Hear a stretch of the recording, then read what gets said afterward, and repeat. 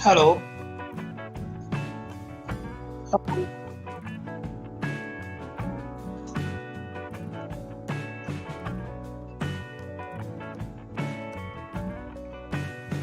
Hello.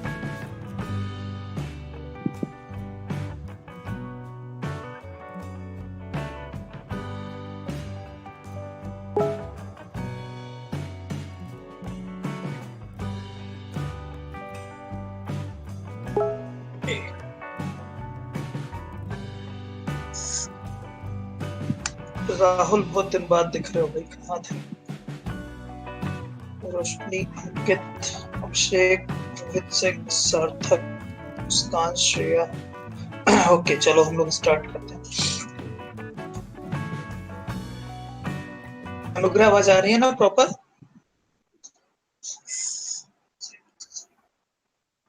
Hello. हाँ, क्या है लड़का?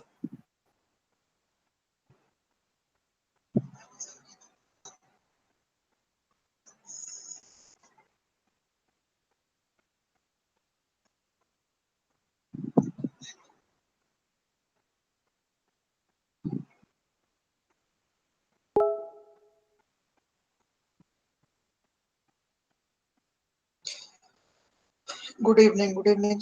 वर्षा, संकल्प, दीपक, चलो स्टार्ट करते हैं। सो जैसा कि आज आप लोग को पता है कि आज ऑफिशियली लास्ट क्लास है हमारे ऑपरेटिंग सिस्टम की, जिसमें हम लोगों को कुछ जो बची हुई चीजें हैं जो ज्यादातर के थ्योरेटिकल हैं उनको डिस्कस करना है, और उसके बाद ऑफिशियली आज हम लोग इसको खत्म कर देंगे। फिर आप लोगों का जो भी डाउट है या डाउट क्लियरिंग सेशन है वो सब चलता रहेगा। जैसे न्यूमेरिकल हम लोग देते रहते हैं, वो हम आप लोगों को देते रहेंगे। ठीक है, ओके। सो लास्ट टाइम पे जो हम लोगों ने पढ़ा था वो हम लोगों ने पढ़ लिया था फाइल सिस्टम, फाइल का कंसेप्ट, फाइल ऑर्गेनाइजेशन, एक्सेस की मैकेनिज्म, फाइल डायरेक्टरी और फाइल इम्प्लीमेंटेशन। ये सारा हम लोगों ने कर लिया था। इसके बाद थोड़ा बहुत जो बच गया है वो सब आज हम लोग करके और इसको खत्म कर देंगे।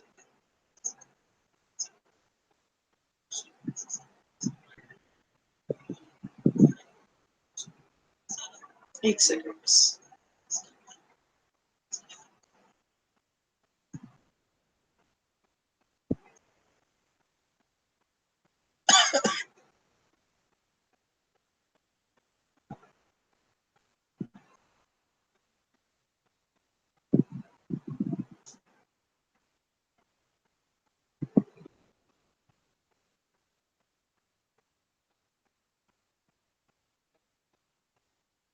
यहाँ पे कई बच्चों के मैसेज आए थे, लोग पूछ रहे थे कि यहाँ पर ये -3 2-3 बार क्यों लिखा हुआ है ऐसा।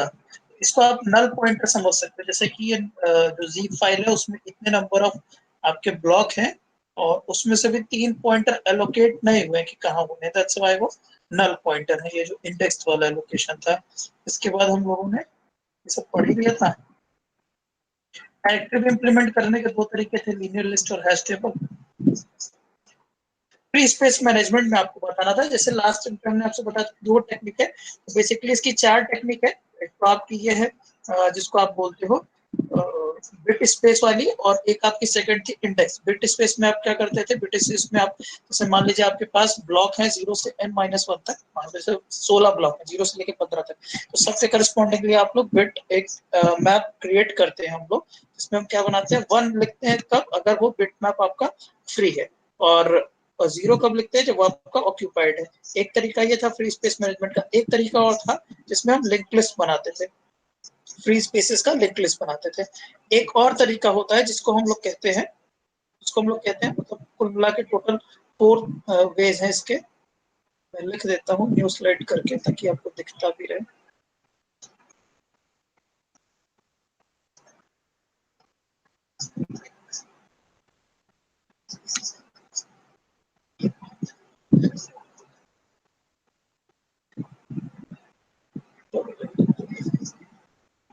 इसका जो एक और तरीका है उसको हम लोग बोलते हैं ग्रुपिंग, GROUPING।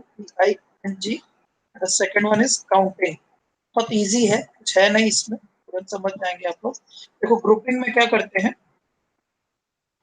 मतलब पहला तरीका हो गया इसका बिटमैप का, दूसरा हो गया लिंक लिस्ट का, तीसरा हो गया ग्रुपिंग। जैसे ग्रुपिंग में देखो क्या है कि यहाँ पर हम जैसे 1 2 3 4, तो हम क्या करते हैं ना कि जो भी लिंक लिस्ट बन रही है तो पूरी पूरी कंप्लीट लिंक लिस्ट नहीं बनाते। कैसे लिंक लिस्ट बनाते हैं, जैसे फर्स्ट हमने बना दी कि सेकंड पॉइंटर इसको एलोकेट कर रहा है, इसको इंडिकेट कर रहा है, तो इसका एक ब्लॉक बना दिया हमने, उसमें हमने रख दिया 2 3 4 और 5। उसके बाद हमने अगला ब्लॉक बना दिया, तो हम क्या करते हैं उसमें हम रखते हैं जैसे 5 8 9 और 10।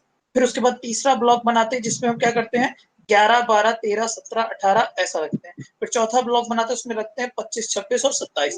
तो कहने का मतलब क्या है कि जो भी हमारे पास फ्री स्पेसेस होते हैं उनका आप क्या करते हो, उनका आप एक ग्रुप क्रिएट करते हो, तो उसको हम लोग बोलते हैं ग्रुपिंग मैकेनिज्म। इसी तरह हमारा काउंटिंग होता है, काउंटिंग में क्या करते हैं कि जो हमारे कंटिन्यूअस एलोकेशन होता है तो हम उसमें काउंटिंग बताते हैं। जैसे पहला हमने बताया, याद करो, एक और इसी तरह का तरीका हमने बताया था कंटिन्यूअस एलोकेशन मेथड, तो बिल्कुल उसी तरह है।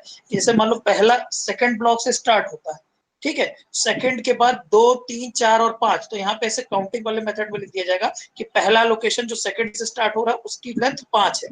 इसी तरह से अगला 8 से स्टार्ट हो रहा है तो उसकी कंटिन्यूअस में कितनी है 1 2 3 4 5 और 6, तो वो 6 हो जाएगा। इसी तरह थर्ड हो जाएगा 17 और 18 के लिए 2, और फोर्थ हो जाएगा 25 26 और 27। तो ये दो मैकेनिज्म और थी किसके लिए, आपकी फ्री स्पेस मैनेजमेंट के लिए। यहाँ पर एक और टॉपिक है प्रोटेक्शन, देख लो। प्रोटेक्शन ये तुम लोग को तुरंत समझ में आ जाएगा क्योंकि लिनक्स में जब हम लोग प्रैक्टिकल कर रहे थे तो आपको समझ में आया था। यहाँ पर क्या होता है, जैसे हम लोग इस तरह से लिखते हैं रीड राइट और एक्स फॉर एग्जीक्यूटिव।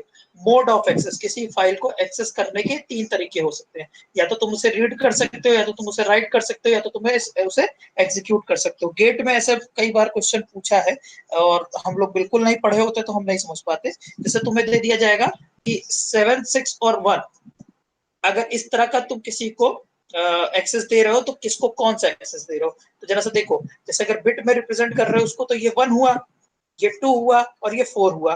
तो इसी तरह से अगर देखो केवल तुमको एग्जीक्यूट उसको देना है तो तुम क्या दे सकते हो, 1 दे सकते हो।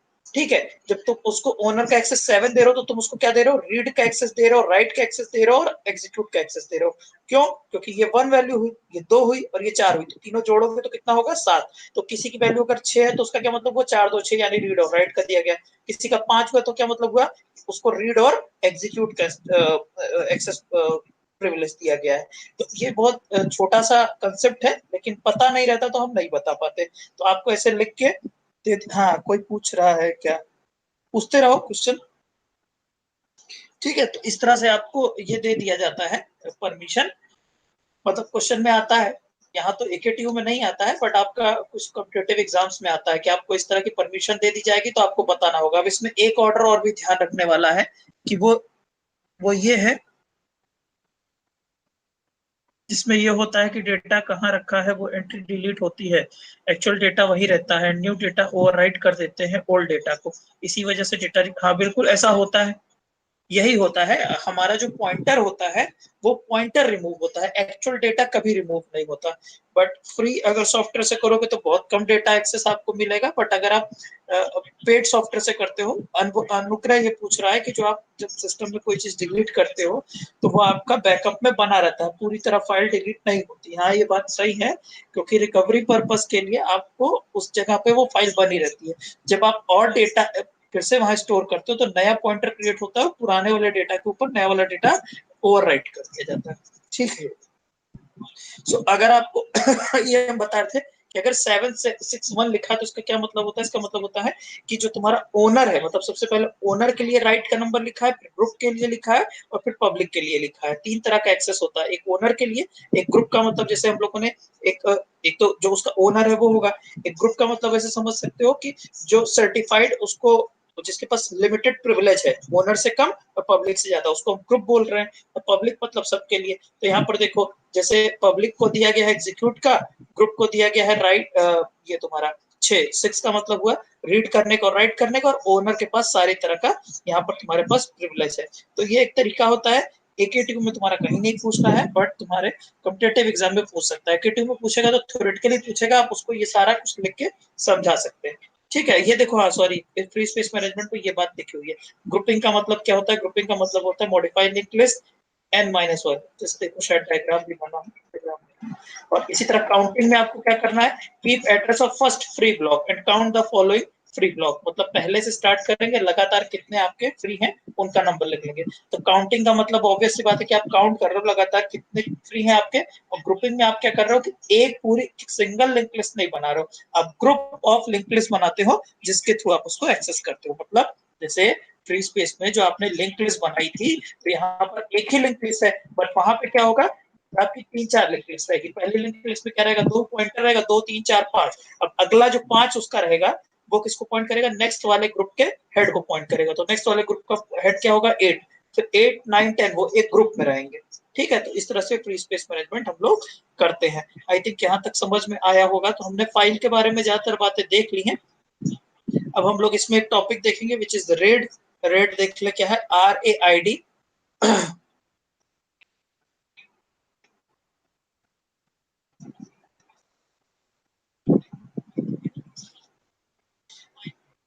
अच्छा, इसके पहले हम तुमको थोड़ा सा डिस्कस कर दें कि ज्यादातर के अगर एकेटीयू एग्जाम की बात करोगे तो एकेटीयू के एग्जाम में तुम्हारे पास जो 5th यूनिट में आते हैं टॉपिक्स, वो बहुत ही लिमिटेड टॉपिक हैं जहां से पेपर में आते हैं। तो वो मैं आपको बता दूं ताकि आप बहुत ज्यादा परेशान नहीं हो। जैसे देखो, मैं दिखाऊं तुम्हें कि एक क्वेश्चन तुम्हारा पक्का डिस्क शेड्यूलिंग से आता है।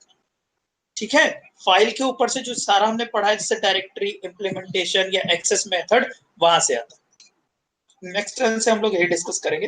देख सकते हैं आप, मैं दिखाना चाह रहा था आपको कि देखो, जैसे यहाँ पे डिस्क स्टोरेज और शेड्यूलिंग से क्वेश्चन आया है, आईयू बफरिंग से आया है, और इसके ऊपर देखो तुम क्या आया है, discuss link list continuous index and multi level indexing allow. तो यहाँ पर बहुत डिटेल में, बहुत डीप में ऐसा कुछ क्वेश्चन नहीं आता। 5th यूनिट से बहुत सिलेक्टेड टॉपिक है। एकेटीयू की बात करें जहां पे वहां से क्वेश्चन आते हैं। सो रेट जरा सा देख लीजिए क्या है। रेट हमारा होता है redundant array of independent disk. Redundant का मतलब होता है repeat, repeat array of independent disk. इसमें तुम क्या करते हो, क्यों करते हो, समझना। इसका बेसिक आइडिया ये है कि हम क्या करते हैं, जो हमारी डिस्क होती है या ड्राइव्स होती है, उसको हम रिपीट करके, मतलब उसका कॉपी बना के क्रिएट करके अपने पास रखते हैं। ऐसा हम इसलिए करते हैं कि मान लीजिए अगर हमारा जो ओवरऑल डेटा है वो किसी वजह से लॉस हो जाए तो भी हम उसको एक्सेस कर सके, और जो हमारे पास डेटा है वो कंप्लीट है कि नहीं, तो उसके लिए हम और भी मैकेनिज्म उसमें अप्लाई करते हैं। तो इस रेड का मतलब, पहले तो आपको फुल फॉर्म याद होना चाहिए, redundant array of independent disk. तो अलग अलग जो डिस्क है उनका आप रिडंडेंट एरे क्रिएट कर रहे हो, और इस ऐसा आप इसलिए करते हो ताकि आपका जो डेटा है, जो आप इसमें आपका डेटा है वो आपका रिलायबल रहे। ये क्या करता है, इंप्रूव करता है रिलायबिलिटी और रिडंडेंसी। तो ऑब्वियस सी बात है, अगर एक से ज्यादा कॉपी रखोगे तो उस केस में क्या होगा, उस केस में आपका अगर एक जगह डेटा लॉस हो जाएगा तो दूसरी जगह भी आपका काम करेगा। सो बेसिक इसके दो पर्पस है, एक रिडंडेंसी है, सॉरी दो टेक्निक है इसकी, मतलब रिडंडेंस बनाने की दो टेक्निक, एक मिररिंग है, दूसरा डेटा स्ट्रिपिंग है। जरा सा देख लेते हैं क्या है। रेड आपका 5-6 लेवल का होता है। ठीक है, इजी है बहुत, एकदम देखने से समझना है। देखो यहाँ पर आपका जो रेड है वो 5-6 लेवल का होता है। एक होता है रेड लेवल, इसको बोलते हैं रेड 0, रेड 1, रेड 2, और रेड 3, रेड 4, रेड 5 और रेड 6। इतने तरीके के रेड होते हैं। तो अलग अलग तरीके से कैसे हम लोग कॉपी कर रहे हैं उस बात के ऊपर ये डिपेंड करता है कि कितने आपके, पीयूष मेहरोत्रा, मेमोरी लॉस भी ज्यादा होगा if you keep different copy. हाँ, तो तुम्हारे जैसे मान लो बैंक अकाउंट में पैसा है, ठीक है, तो बैंक अकाउंट के पैसे की डिटेल खोने से अच्छा है कि मेमोरी में थोड़ा पैसा ज्यादा लग जाए। ठीक है, तो जो जरूरी जानकारी है उसके लिए मेमोरी थोड़ी बहुत ज्यादा लग जाए तो कोई दिक्कत नहीं है। उसी के केस में हम रिडंडेंट एरे क्रिएट करते हैं। सो देखो जरा सा, रिडंडेंट जीरो में क्या होता है, सॉरी रेड जीरो में क्या होता है। रेड जीरो में बेटा ये होता है कि जो भी तुम्हारा डेटा होता है, जैसे मान लो ये तुम्हारा डिस्क है, तो इस डिस्क को तुम एक जगह एक साथ नहीं रखते हो, इसको बांट के रखते हो। क्या, जैसे मान लो तुम्हारा ये कंटिन्यूअस डेटा था, तो तुम इसको ये अलग अलग डिस्क समझिए, 1 2 3 4। तो तुमने यहाँ पे 1 रखा, मतलब एक पार्ट डेटा का, फिर यहाँ पे सेकंड पार्ट, यहाँ थर्ड पार्ट, और यहाँ फोर्थ पार्ट, फिर 5th part, 6th part, 7th part, 8th part. मतलब तुम क्या कर रहे हो, तुम इस डेटा को एक जगह नहीं रख के अलग अलग बांट दे रहे हो। आप इसको क्या कर रहे हो, आप इस डेटा की स्ट्रिपिंग परफॉर्म कर दिया, आपने डेटा को स्ट्रिप में डिवाइड कर लिया है। Striping at level of block, आप उसको ब्लॉक के लेवल में स्ट्रिप करके अलग अलग जगह पे रखते हो। तो आपका पूरा डेटा लॉस होने का, अगर एक आइदर डिस्प्ले, तो आपका जो भी डेटा है वो तभी लॉस होगा, मतलब एक भी अगर इसमें से गायब हो जाता है तो आपका डेटा पूरा का पूरा लॉस हो जाएगा। फायदा क्या है फिर इसका? फायदा ये है कि मान लो तुमको एक्सेस करना है, ठीक है, तो अगर 4 डिस्क है तो ऑब्वियस सी बात है, देखो फायदा क्या है कि चारों पे तुम पैरेलल एक्सेस कर सकते हो। अगर तुमको डेटा को रीड करना है तो चार के चारों डिस्क पे जब तुम पैरेलल रीड करोगे तो तुम्हारे पास क्या होगा, तुम्हारा डेटा, हाँ, मेमोरी वेस्ट नहीं कहेंगे उसको, क्योंकि डेटा कई बार ज्यादा इंपॉर्टेंट होता है मेमोरी से, ठीक है। तो अब यहाँ पर तुम्हारा देखो, अगर हम इसको स्ट्रिप में बांट रहे हैं तो फायदा क्या हो रहा है कि इसमें हमारा एक्सेस टाइम तो बहुत कम लग रहा है, बट इसमें दिक्कत ये है कि अगर एक भी तुमने यहाँ से हटा दिया, कहने का मतलब एक भी डिस्क तुम्हारी फेल हो गई तो पूरा डेटा का सीक्वेंस खराब हो जाएगा। इसलिए इसकी सबसे जो बड़ी प्रॉब्लम होती है कि यहाँ पे हम रिडंडेंसी नहीं क्रिएट कर रहे हैं, मतलब रेड के भी लेवल है ना, जैसे हम बताते हैं कि कोई चीज का इवोल्यूशन होता है, तो सबसे पहले रेड 0 आया था तो उसने कहा यार ऐसा है कि डेटा को एक जगह मत रखो, अलग अलग डिस्क में रखो। ऐसा क्यों कर रहे हैं? ताकि अगर आप उसको एक्सेस करेंगे तो आपको टाइम कम लगे। फिर उनका इसमें एक घाटा है, क्या घाटा है कि अगर एक भी डिस्क आपकी फेल हो जाएगी तो पूरे का पूरा डेटा आपका लॉस हो जाएगा। तो फिर ये अगला अप्रोच जो फॉलो हुआ उसको हम लोग बोलते हैं रेड वन। रेड वन में बोला गया कि ठीक है कॉपी तो कर रहे हो, मतलब उसका आप एक एक कॉपी क्रिएट करो।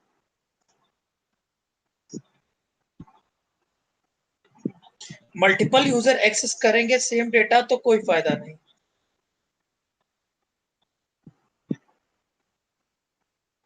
अगर सर एक्सेस टाइम कैसे कम होगा अगर हम सिंगल यूजर, अरे भाई तुम वो पूरी फाइल है 1 2 3 4, मतलब समझो 8 ब्लॉक की फाइल है, अगर ये एक ही जगह पे स्टोर होता तो तुमको क्या करना पड़ता, उस पूरे डिस्क को मतलब कंटिन्यूस तुम रीड करते। ऐसे तुम्हें रीड करने में क्या फायदा हो रहा है, इस तरह तुमको रीड करने में फायदा हो रहा है। अरे जैसे मान लो तुम्हारे यहाँ वो लगा होता है ना, बुफे लगा होता है खाने का शादियों में, तो सेम पनीर की सब्जी 3 4 जगह रख दी जाती है। क्यों रख दी जाती है? क्योंकि मल्टीपल एक्सेस होता रहे तो 4 जगह रखिए, 4 लोग जल्दी जल्दी एक्सेस कर लेंगे, वरना एक ही जगह पे बहुत सारा लगा रहेगा। तो मल्टीपल यूजर के केस में भी है इसका चीज सही।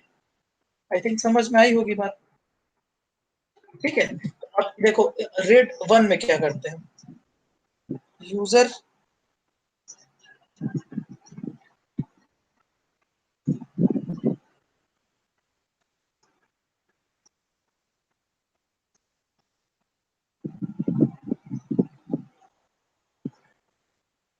यूजर वन ट्रैक वन का डेटा मांग रहा है, यूजर टू ट्रैक, अरे यूजर टू ट्रैक का मांग रहा है, बट एक्सेस हमारे चारों के 4 डिस्क लगने की बात हुई ना, तो 4 डिस्क पे 4 अलग रीड राइट हेड होंगे ना बेटा।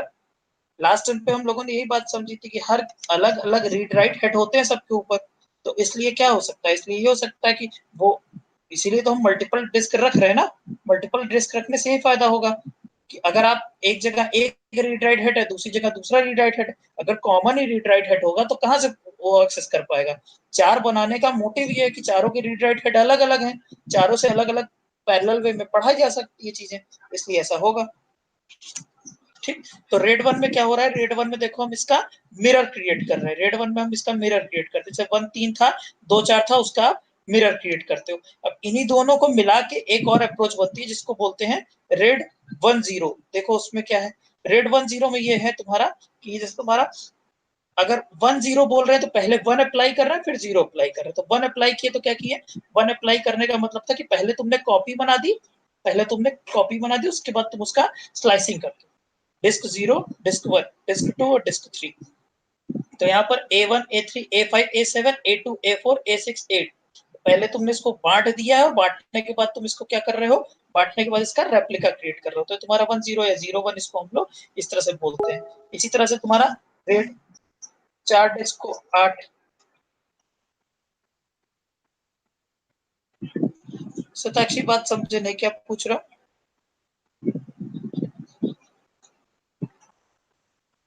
देख लेते हैं क्या पूछ रहा। 4 डिस्क को 8 रीड राइट हेडर, नहीं एक डिस्क में तो एक ही रीड राइट हेडर है ना, प्लेट कितनी प्लेट है उस बात पे भी डिपेंड करता है ना, हर प्लेटर के ऊपर एक रीड राइट हेड है। हाँ एक डिस्क पे, डिस्क के अंदर प्लेट्स कई सारी हो सकती हैं, लास्ट टाइम पे बताया था ना, एक डिस्क के अंदर कई सारी प्लेट है, उस प्लेट में दो दो सरफेस हैं और दोनों सरफेस के दोनों साइड पे रीड राइट हेड है, सब हम लोग डिस्कस कर चुके हैं लास्ट टाइम पे। अब देखो जरा सा यहाँ पे हमारे पास हम लोग बात कर रहे थे वन की, ठीक है। अब 0 और 1 हो गया। 1 में क्या कर रहे हैं, डेटा को बांट, 0 में डेटा को बांट दे रहा है, 1 में डेटा को हम लोग क्या कर रहे हैं, उसका कॉपी क्रिएट कर रहे हैं। ठीक है, देखो ये सारा उसका इमेज देख के आपको बहुत क्लियरली समझ में आ जाएगा। इसके बाद आता है रेड 2। रेड 2 में तुम लोगों ने सीओ में या ईसी में एक चीज पढ़ी होगी जिसको हम लोग बोलते हैं error correcting code, parity bit, ये सारी चीजें पढ़ी होंगी। तो यहाँ पर हम डेटा को बांट रहे हैं, देखो स्क्रिप्ट में बांट तो रहे हैं 1 2 3 4। B1 के लिए यहाँ एक डेटा रखा है B1 B2 B3 B4। इसके करस्पॉन्डिंगली हम लोग यहाँ पर, इसके करस्पॉन्डिंगली हम लोग यहाँ पर क्या करते हैं, हम लोग यहाँ पर इसके करस्पॉन्डिंगली एरर करेक्टिंग कोड रखते हैं, मतलब हम लोग ईसीसी ऐड कर देते हैं। तो डेटा सही है कि नहीं, मतलब अगर इसमें से एक भी कोई लॉस हो जाएगा तो आपको पता होगा ईसीसी अगर आपने कंप्यूट किया है तो उसके इसमें क्या होता है, यहाँ का जो डेटा है वो हम कुछ और कंप्यूट किए हैं, और अगर एक भी डेटा लॉस हुआ तो वैल्यू डिफर कर जाएगी। तो यहाँ पर जो भी डेटा है वो हमको पता चल जाएगा कि सही स्टोर है कि नहीं स्टोर है। तो हम इस केस में क्या कर रहे हैं, एक एक ईसीसी यानी एरर करेक्टिंग कोड इसके केस में ऐड कर देते हैं। जैसे हैमिंग कोड है, ईसीसी है, एरर करेक्टिंग कोड है, तो वो यहाँ पर आप ऐड कर देते हैं। ठीक, जैसे ये B0 B1 B2 B3 B इतना है, तो इसके लिए तुम यहाँ पर रेड 2 में क्या करते हो, 3 अलग डिस्क लेते हो जिसमें यहाँ पर हम कंप्यूट करके रखते हैं उसके करस्पॉन्डिंग तुम्हारा एरर करेक्टिंग कोड। इसी तरह से हमारा रेड 3 है। रेड 3 जो है उस ऑलमोस्ट रेड 2 की तरह ही है, लेकिन उसमें कुछ एडवांटेज है। क्या एडवांटेज है कि अभी हम इसमें केवल एक करेक्टिंग कोड रखते थे, अब हम एक अलग से डिस्क लगाते हैं पूरी की पूरी, और जिसपे यहाँ पे हम पैरिटी बिट रखते हैं। मतलब एरर करेक्टिंग कोड तो रखते ही है, उसके साथ हम यहाँ पे पैरिटी बिट भी रखते हैं। तो पैरिटी बिट भी आपको पता होगा, इवन है तो उसको इवन बनाने के लिए 1 चाहिए या नहीं, जैसे नंबर ऑफ 1 गिन के लिखते हैं ना, उसी तरह से। मतलब उसमें केवल ईसीसी था, इसमें तुम्हारा पैरिटी बिट भी आ गया। आगे बढ़ते हैं, रेड 4। रेड 3 जो है वो स्ट्रिप पे काम करता था, रेड जो तुम्हारा 3 था वो स्ट्रिप पे काम करता था, और रेड 4 जो है तुम्हारा वो ब्लॉक लेवल पे काम करता है। देखो स्ट्रिप पे काम करता था similar to RAID 3, except stripes data at a block level several drives. तो यहाँ पर हम किस पे काम करते हैं, ब्लॉक लेवल पे काम करते हैं। हम स्ट्रिप में पता करते थे, उसके अकॉर्डिंगली हम पैरिटी ऐड करते थे, और यहाँ पर हम क्या करते हैं, यहाँ पर हम ऐड करते हैं पैरिटी ब्लॉक के हिसाब से। तो वहां जो स्ट्रिप में बांट दिए थे, यहाँ ब्लॉक डेटा का साइज है, कहीं स्ट्रिप पे ले रहा है कहीं ब्लॉक पे ले रहा है। तो 0 1 2 3 इनके लिए ये एक पैरिटी बन गई, 0 से 3 के लिए। डेटा 4 5 6 7 के लिए, ये 4 से 7 के लिए यहाँ पैरिटी ऐड कर दिए। तो ये पूरे का पूरा डेटा है, जब एक्सेस करोगे तो पैरिटी भी चेक कर लोगे कि जो तुम्हारा पैरिटी है, जो तुम्हारा पैरिटी है वो तुम्हारा सही कंप्यूट हो रहा है या नहीं। रेड 2 में हम ऐड करते हैं sir, whether field device can be replaced in RAID 1।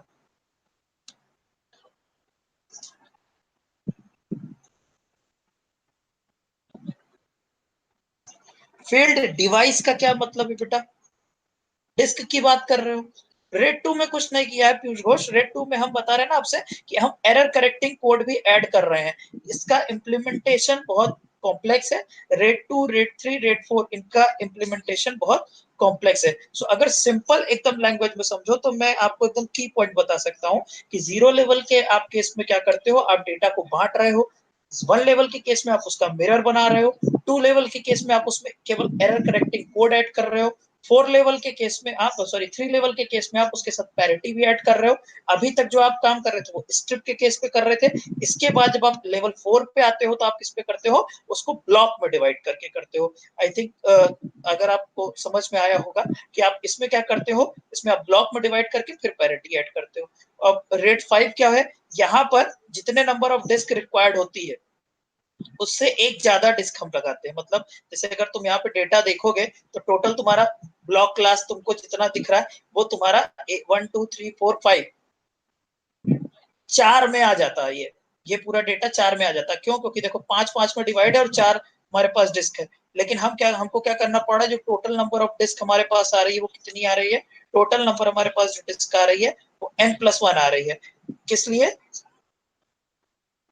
N data को स्टोर करने के लिए, एक किसके लिए आ रही है, एक डिस्क पैरिटी को स्टोर करने के लिए। ठीक है, spread data and parity among n+1 disk rather than storing data in n disk and parity in one disk। if any one drive fail हो जाती तो हम क्या करते हैं, उसके रिमेनिंग जो ब्लॉक है और पैरिटी से पता कर लेते हैं कि इसका अप्रोक्सीमेटेड डेटा क्या हो सकता है।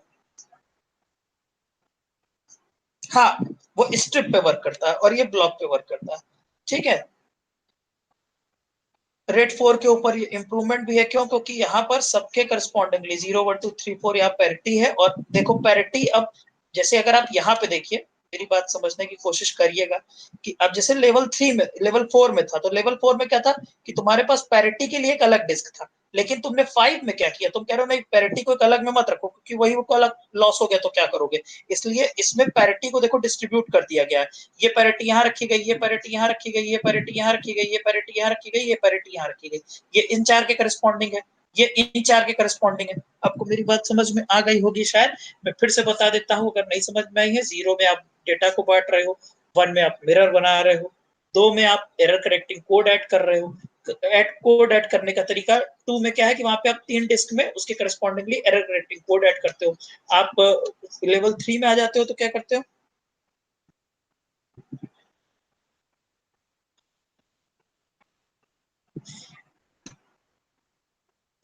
लेवल अगर आपका 3 में आते हो तो आप क्या करते हो, लेवल 3 में आने पे आप एक पैरिटी बिट भी ऐड करते हो उसके साथ। और यही जो सेम काम तुम 3 तक कर रहे थे वही 4 में भी करते हो, बट वहां पे तुम अब ब्लॉक में काम करते हो। और 5 में क्या करते हो कि जो अलग डिस्क पे है वो अलग डिस्क पे ना रह के इसमें तुम डिस्ट्रीब्यूट कर देते हो। तो ये हमारा, हम ऐसा केस परफॉर्म करते हैं। तुम्हारे किसके केस में, क्या कहते हैं, लेवल 5 तक के केस में। और लेवल 6 का जो केस है वो है P+Q। तो P+Q रिडंडेंसीज को बोलते हैं similar to RAID 5 except 2 parity drives are used instead of 1। मतलब पैरिटी एक यूज करने के बजाय तुम यहाँ पे 2 पैरिटी यूज करते हो। तो उन 2 पैरिटी में क्या है, जैसे यहाँ पे आप देख रहे हो 0 1 2 3, तो एक ये पैरिटी एक ये पैरिटी। इसी तरह से यहाँ पे नंबर ऑफ स्टोरेज जो है वो बढ़ जाएगा। तो ये इसीलिए है कि आपका जो डेटा है वो आपका करेक्ट रहे, अगर कोई लॉस हो रहा है तो आपको पता चल जाए। ठीक। तो आई थिंक क्लियर हुई होगी बात। अगर आप बोले तो मैं एक बार पूरा फिर से रिपीट कर दूं, क्योंकि ये ऐसे आपके दिमाग में बना रहेगा। So minimum amount of drive will vary for different rate.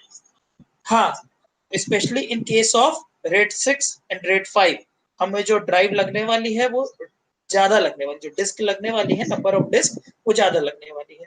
Rate 4 तक की क्लास में केवल n लग रही थी, बट यहाँ पे हमको n+1 लगेगी। और अगले में आप जाओगे तो हो सकता है और ज्यादा लगे, क्योंकि आप पैरिटी को बढ़ा रहे हो। सो मैं रिपीट कर रहा हूँ और कंक्लूड कर रहा हूँ। 0 में आप क्या करते हो बेटा, ये इतना आसानी से लिखा नहीं है, बट आपको की पॉइंट बताने के लिए मैं बता रहा हूँ ताकि आपको चीजें याद रहे। 0 में आपके पास डेटा डिवाइड कर रहे हो, 1 में आप क्या कर रहे हो, 1 में आप डेटा का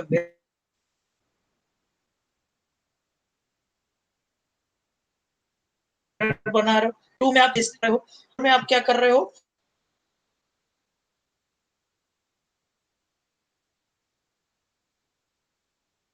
और में आप सॉरी 3 में 0 वर्ल्ड पे कर रहे हो। ठीक है। और उसके बाद आप उसमें 5 में क्या करते हो, पैरिटी यूज कर रहे हो, तो उसको सेम पे यूज नहीं करके एक अलग डिस्क में, मतलब जो ऊपर काम अलग डिस्क में कर रहे थे वो यहाँ पे क्या करते हो, उसको स्कैटर्ड कर देते हो। रेट 6 में क्या करते हैं, पैरिटी एक नहीं 2 यूज करते हैं। तो ये सिंपल सा कंसेप्ट है रेट के बारे में। मैं जरा देख लूं किसी ने क्या क्या पूछा है, फिर उस पर हम लोग आंसर करें।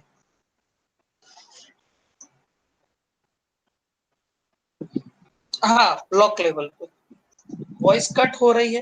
अरे ऐसा नहीं करो यार। अनुग्रह सर, रेड में अगर एक भी डिस्क क्रैश होता है तो पूरा सेट रिप्लेस करना पड़ेगा ना सर? हाँ, करना पड़ेगा।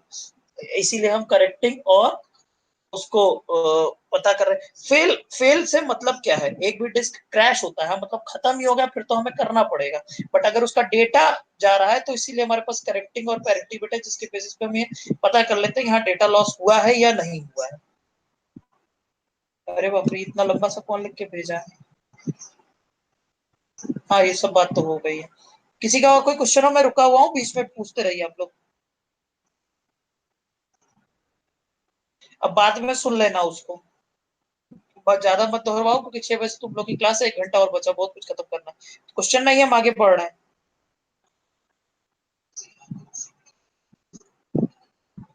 ठीक है। है क्वेश्चन? हाँ भाई पूछो सौरभ दा, जल्दी पूछो, समय नहीं है।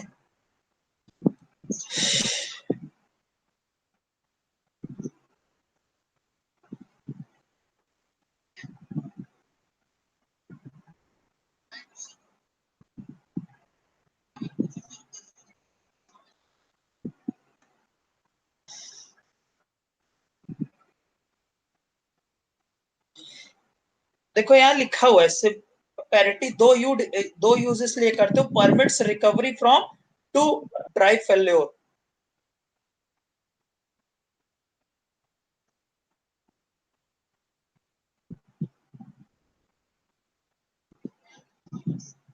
ऊपर क्वेश्चन लिखा हुआ है, क्या क्वेश्चन है बेटा, हम समझ नहीं पा रहे हैं सौरभ। ईसीसी के लिए भी कोई न्यू डिस्क का यूज होता है कि नहीं? सेकेंड लेवल पे जब यूज करते हो तो मैं तुम्हें बता चुका हूँ, यहाँ देखो 3 डिस्क एक्स्ट्रा ऐड हो रही है, ये देखो बहुत पॉपुलर इस ये तरीका नहीं है, यहाँ पे ईसीसी कैलकुलेट करके 3 डिस्क में आप रखते हो।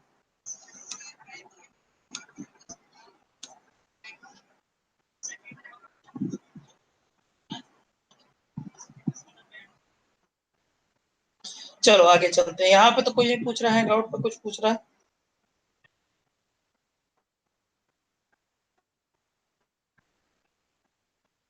चलो अब आओ जरा सा देख लो, ये रेड हो गया। अब हम आते हैं जरा फर्स्ट यूनिट पे, और जो 2-3 टॉपिक तुम्हारा वहां बचा हुआ था लेयर्ड वाला, उसको शुरू करते हैं और उसको खत्म करते हैं, और उसके बाद फिर 5वें पे आके खत्म कर देंगे। फिर 5वां ही आगे कंटिन्यू करें। समझ में नहीं आया दिक्कत है।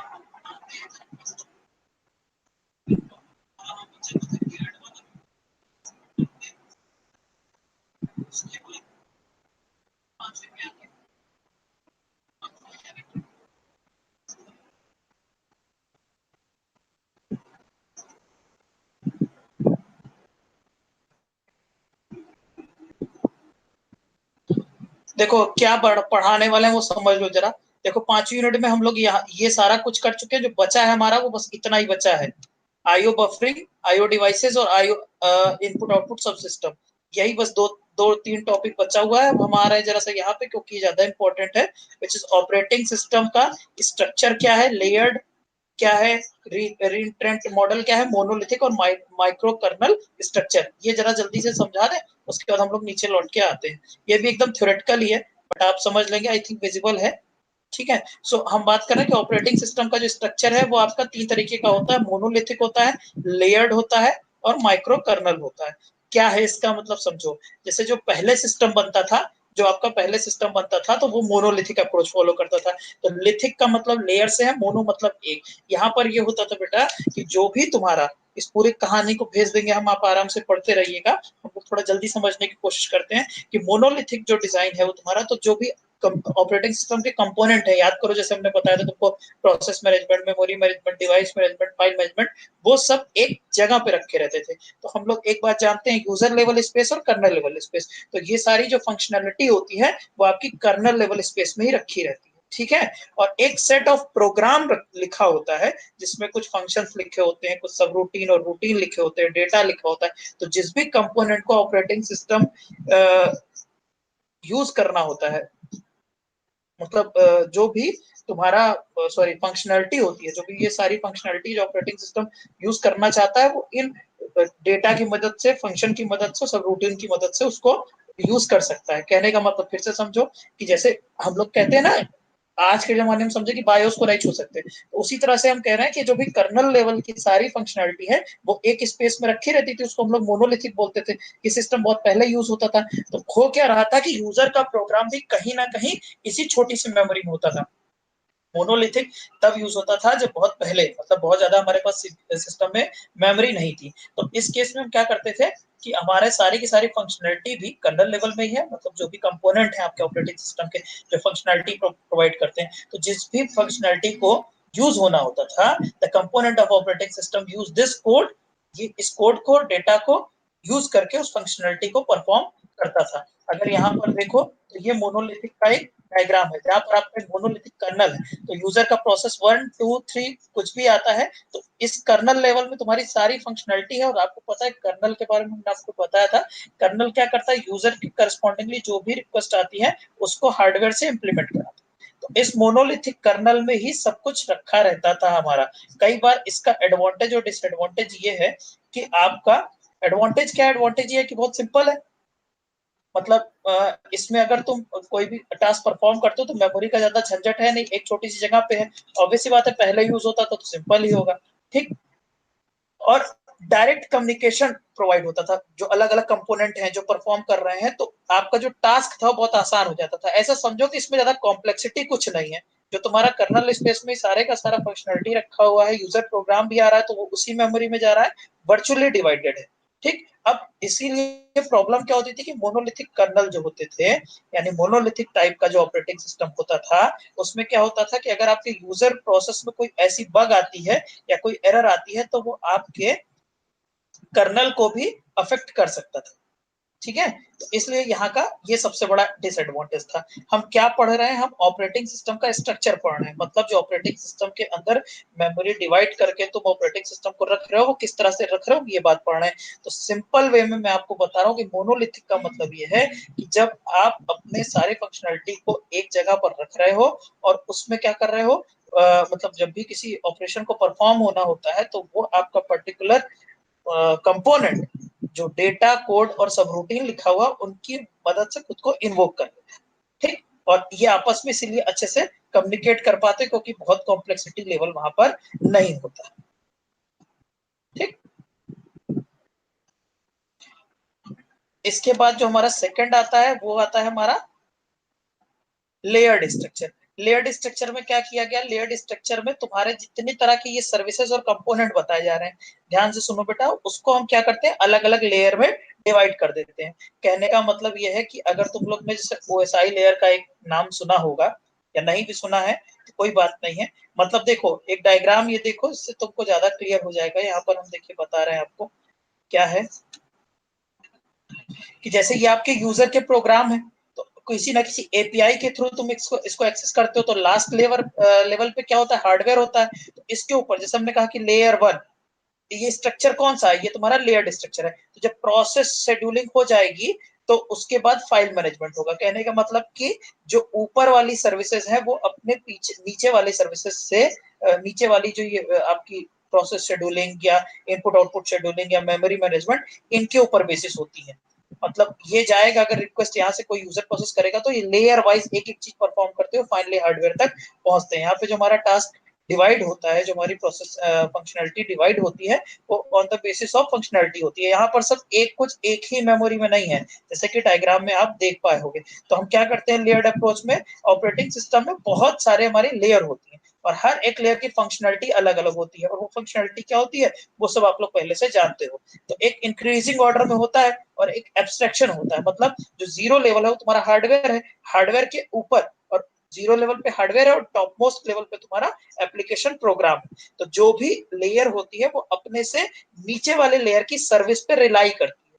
मतलब नीचे वाली जब लेयर अपना सर्विस परफॉर्म कर देगी, वो इंडिकेशन देगी, उसके बाद ऊपर वाली सर्विस लेयर करना परफॉर्म करेगी। तो ऑब्वियस सी बात है, सबके बीच में टास्क बड़ा डिस्टिंक्ट सा है, लेकिन ऊपर वाली की सारी जो डिपेंडेंसी है वो नीचे वाली लेयर पे होती है। सो वी कैन परफॉर्म कि हम किसी भी लेयर को कोई भी टास्क असाइन कर सकते हैं, बट हमको बस देखने वाली बात ये होती है क्योंकि हमको ओवरऑल प्रोग्राम परफॉर्म करना होता है कि जीरो लेवल पे हमारा हार्डवेयर है और टॉप लेवल पे हमारा एप्लीकेशन प्रोग्राम।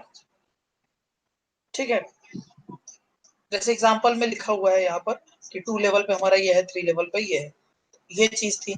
अब यहाँ इसका भी कुछ एडवांटेज और डिसएडवांटेज है, वो भी देख लो।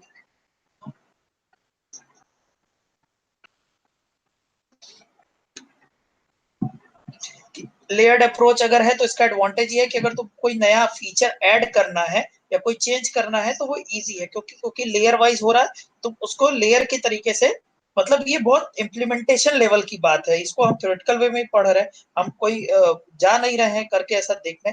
बट आप समझ सकते हो कि अगर वहां पर लेयर में चीजें बहुत क्रिस्टल डिवाइडेड है, तो अगर आपको कोई लेयर ऐड करनी है तो आप बेसिकली उसकी फंक्शनलिटी को ऐड कर सकते हो, जहां पे जो उसके नीचे रखोगे उसके ऊपर वो रिलाई करेगा और उसके ऊपर वाली लेयर उस पर्टिकुलर लेयर के ऊपर खुद रिलाई करेगी। अगर कोई यहाँ पर प्रॉब्लम आएगी तो ऑब्वियस सी बात है, जैसे अगर मोनोलिथिक की बात करें तो सब कुछ एक ही जगह था, तो तुम क्लियरली नहीं बता सकते हो कि फाइल मैनेजमेंट में दिक्कत है, प्रोसेस मैनेजमेंट में दिक्कत है। लेकिन यहाँ सब कुछ लेयर में डिवाइडेड है, तो तुम इजिली बता सकते हो कि देखो हाँ प्रॉब्लम यहाँ पर आ रही है, इस वाली लेयर ने अपना परफॉर्म नहीं किया अच्छे से टास्क।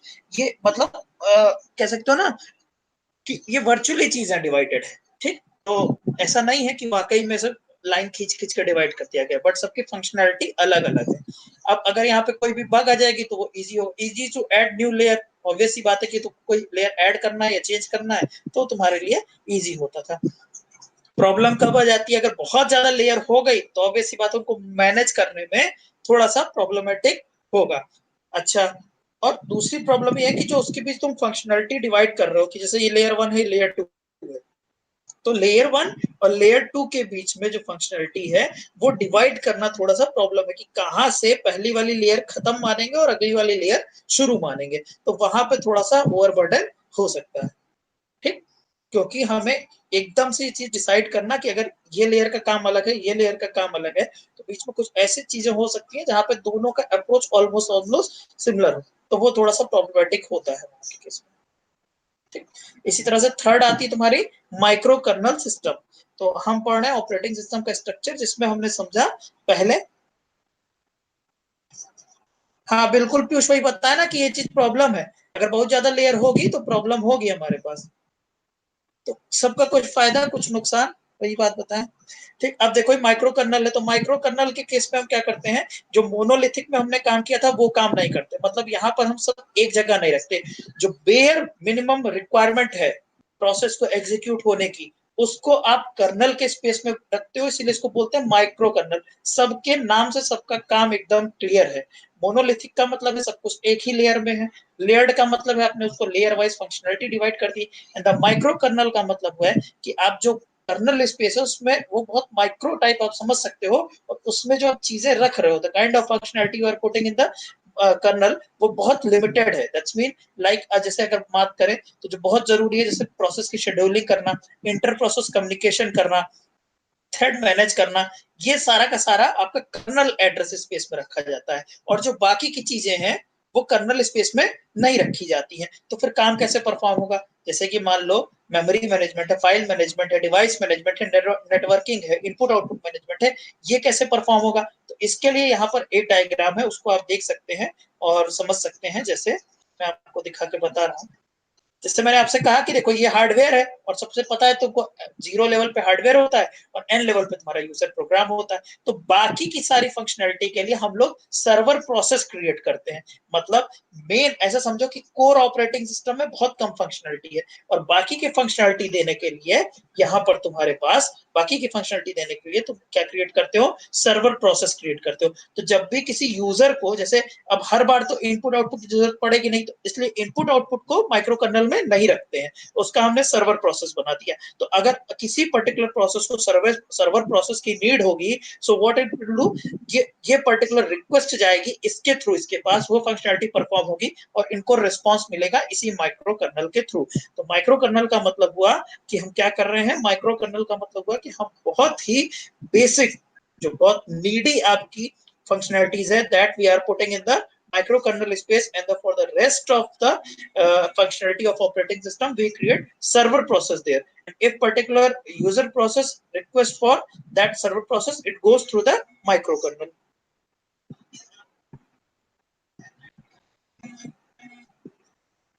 आपको आवाज नहीं जा रहा है, पीसी का स्पीकर म्यूट है, मेरा आवाज नहीं आ रहा, अतुरा?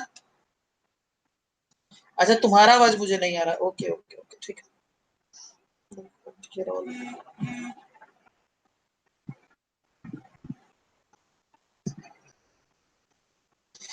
हाँ भाई साहब, यहाँ तक आपको क्लियर हो तो मैं आगे चलूं। अब इसमें देखो फर्स्ट यूनिट में एक और टॉपिक था, कहीं पे मैंने देखा था रीएंट्रेंट कर्नल लिखा था।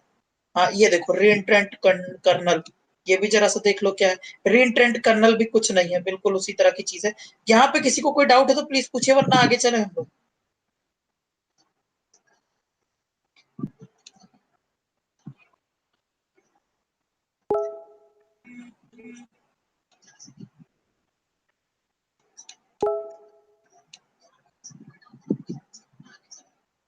अच्छा, इसका थोड़ा सा एडवांटेज और डिसएडवांटेज भी देख लो, माइक्रो कर्नल का भी है कि यहाँ पे आपको नई फंक्शनलिटी ऐड करनी तो कुछ ज्यादा दिक्कत नहीं, उसके लिए एक सर्वर प्रोसेस बना दोगे, नया अगर यूजर की रिक्वेस्ट आती है उसी सर्वर प्रोसेस पे जाती है। System is very reliable because, क्योंकि रिलायबल इसलिए क्योंकि यूजर प्रोसेस अलग है, माइक्रो कर्नल में बहुत कम फंक्शनलिटी लिख रखी है तुमने, तो बहुत ज्यादा दिक्कत नहीं हो पाती है। ठीक है, डिसएडवांटेज क्या, डिसएडवांटेज ये है कि क्योंकि वहां पर तुम हर प्रोसेस के पास कोई रिक्वेस्ट भेजते हो, फिर वहां से रिस्पॉन्स भी माइक्रो कर्नल के थ्रू आता है, तो बहुत ज्यादा कंटेक्स्ट स्विचिंग हो रही है। मतलब सिस्टम पे ओवरलोड रहेगा। क्यों? क्योंकि हर के पास कुछ ना कुछ ऐसी फंक्शनलिटी होती है जो उसको सर्वर से जाके रिक्वेस्ट लेके पूरा करना पड़ता है। तो ऑब्वियस सी बात है कि अगर हर बार रिक्वेस्ट रिस्पॉन्स इतने जनरेट हो रहे हैं, जैसे अगर ऐसे समझो कोई बाहर का वेंडर अगर हमारा काम करता है ना, अगर घर में ही सारे लोग हैं, मतलब गाड़ी बनाने वाले और क्या बोले, पंखा बनाने वाले, तो प्रॉब्लम नहीं है, मतलब वो माइक्रो कर्नल स्पेस में। बट अगर ईच टाइम हमको वेंडर को कॉल करना पड़ता है तो स्विचिंग में बहुत सारा टाइम वेस्ट होता है। आई थिंक क्लियर होगा। So architecture of this kernel is isolated for better functionality. हाँ, आप इसको जो मतलब यूजर स्पेस से इसका कोई इंटरेक्शन नहीं रह जाता है। आइए जरा सा हम लोग देख रहे हैं रीइंट्रेंट कर्नल। सो रीइंट्रेंट कर्नल क्या है? Reentrant kernel is that consist of executable code stored in memory such that several process can, मतलब जो बहुत ऐसे समझ सकते हो कि जो तुम्हारा इंपॉर्टेंट कोड है, ठीक है, और उसके करस्पॉन्डिंग डेटा है, वो तुम कर्नल में रखते हो। अब होता क्या है, इससे हो क्या रहा है, बहुत सारे प्रोसेस उस रीइंट्रेंट कर्नल को साइमल्टेनियसली पैरेलली यूज कर सकते हैं। रीइंट्रेंट कर्नल कहने का मतलब है स्टोर, हेलो,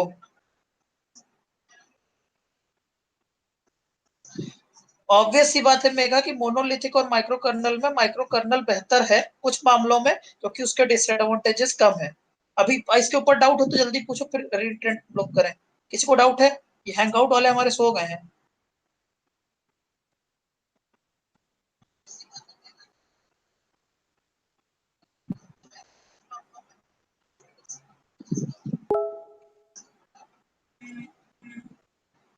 ठीक ठीक ठीक।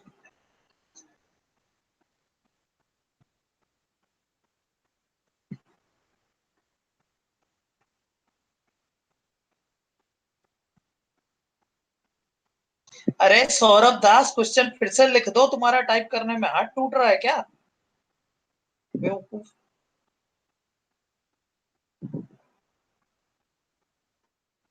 चलो, तो reentrant kernel is one that consist of executable code. Executable code का मतलब कि प्रोग्राम और डेटा दोनों है, स्टोर्ड इन मेमोरी। तो रीइंट्रेंट कर्नल को बहुत सारे जो आपके प्रोसेस है वो एक्सेस कर सकते हैं। जैसे मान लो कि आपका कोई एक प्रोसेस है, वो कुछ ऑपरेशन परफॉर्म कर रहा है और उसी टाइम पे उसको कुछ रीड राइट ऑपरेशन करना है, तो वो क्या करेगा, वो उसको जरूरत पड़ेगी डिस्क कंट्रोलर की। अब डिस्क कंट्रोलर जो है वो इस काम को परफॉर्म करेगा, रीड ऑपरेशन करने का या राइट ऑपरेशन करने का। और इसी टाइम पे जो तुम्हारा प्रोसेस ए है, जब वो रीड ऑपरेशन कर रहा है, तब तक आपका बी प्रोसेस सीपीयू को स्टार्ट करना, एग्जीक्यूट करना शुरू कर देता है। सो रीएंट्रेंट करने का कहने का मतलब है कि जैसे वहां पे वो स्विचिंग हुई, एक की स्विचिंग हुई, दूसरे की है, दूसरा प्रोसेस आके सीपीयू में स्टार्ट करना।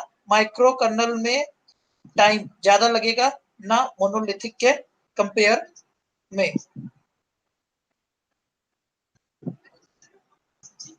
ये कोई क्रिस्टल क्लियर बात नहीं कही जा सकती कि टाइम ज्यादा लगेगा। स्मूथ स्मूथनेस की बात ज्यादा करोगे तो माइक्रो कर्नल।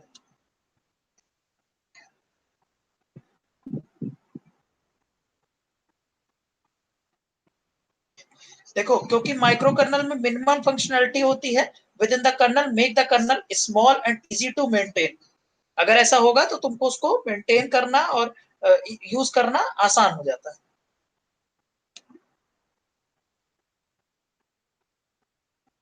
दोनों के अपने अलग फायदे हैं, दोनों के अपने अलग नुकसान हैं।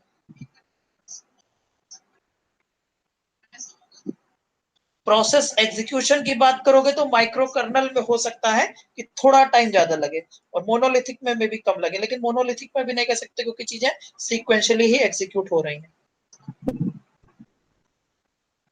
तो रीइंट्रेंट कर्नल में जो तुम्हारा डेटा लिखा होता है वो शेयरेबल होता है। मतलब रीइंट्रेंट कर्नल कैसे, मतलब समझो कि जो परमिशन अलाउ कर रहा है डिफरेंट प्रोसेस को एग्जीक्यूट करने की, तो उसमें जो डेटा लिखा है वो तुम्हारा शेयरेबल है। तो बिल्कुल जैसे तुमने सेकंड यूनिट में चीजें पढ़ी थी कि अगर वहां पे चीजें जो लिखी है वो शेयरेबल है, तो उन शेयरेबल डेटा को एक्सेस करने के लिए, उनको मॉडिफाई करने के लिए बहुत अलग अलग तरह के मैकेनिज्म यूज किए जा सकते हैं। जैसे कि एक होता है रीइंट्रेंट फंक्शन होता है, या एक लॉकिंग मैकेनिज्म होता है। तो जब भी कोई तुम्हारा ग्लोबल डेटा, ठीक है, जब भी कोई तुम्हारा ग्लोबल डेटा अफेक्ट होता है तो उसके ऊपर लॉक अप्लाई कर दिया जाता है, यानी जब तक कोई दूसरा प्रोसेस तब तक एक्सेस नहीं कर सकता जब तक वो पर्टिकुलर अपनी वैल्यू को मॉडिफाई नहीं कर देता। वो फाइनली मॉडिफाई कर देता है, तब उस पर्टिकुलर कॉपी को हर जगह डिस्ट्रीब्यूट कर दिया जाता है। ठीक है, तो रीइंट्रेंट कर्नल के केस में ये होता है कि हमारा एक एग्जीक्यूटेबल कोड है जो हमारा कर्नल में मेन मेमोरी में यहाँ पे लिखा हुआ है। तो जब भी किसी प्रोसेस को इसको यूज करना होता है तो वो बिना किसी प्रॉब्लम के वो लोग इस कोड को यूज कर सकते हैं। रीइंट्रेंट कर्नल कहने का ये मतलब है। क्यों? क्योंकि अगर इस तरह नहीं होगा तो एक प्रोसेस जब तुम्हारा एग्जीक्यूट होते भी अगर डिस्क शेड्यूलिंग करने चला गया तो दूसरे प्रोसेस को तुम एग्जीक्यूट करने नहीं दोगे। बट हमको क्या करना है, हमको ये करना है कि दूसरे वाले प्रोसेस को भी हमें एग्जीक्यूट करवाना है।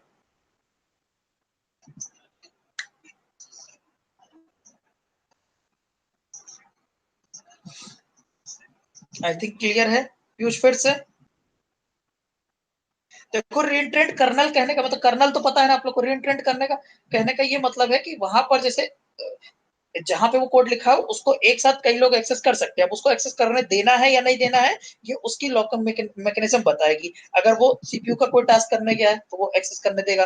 अगर सीपीयू का कोई टास्क करने नहीं गया, वो एग्जीक्यूट कर रहा है, सीपीयू को तो एक बार में एक ही यूज कर सकता है तो उसको एग्जीक्यूट नहीं करने देगा। अगर कोई ग्लोबल डेटा है उसके ऊपर वो काम कर रहा है तो उसको एक्सेस नहीं करने देगा। तो ये चीज है रीइंट्रेंट कर्नल।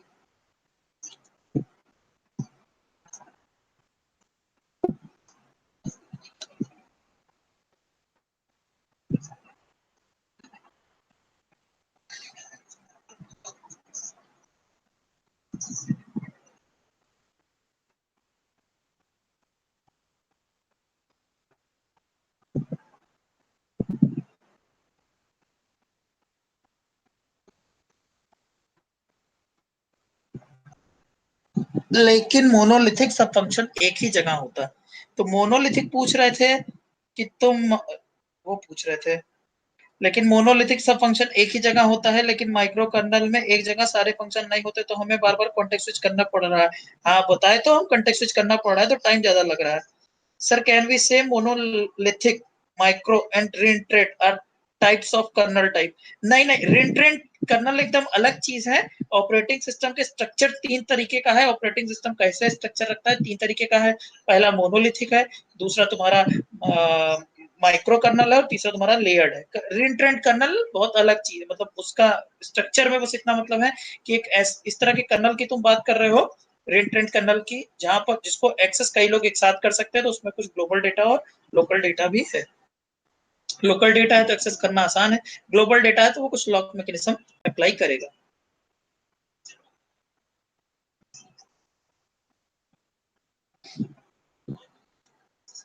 क्या आगे चले?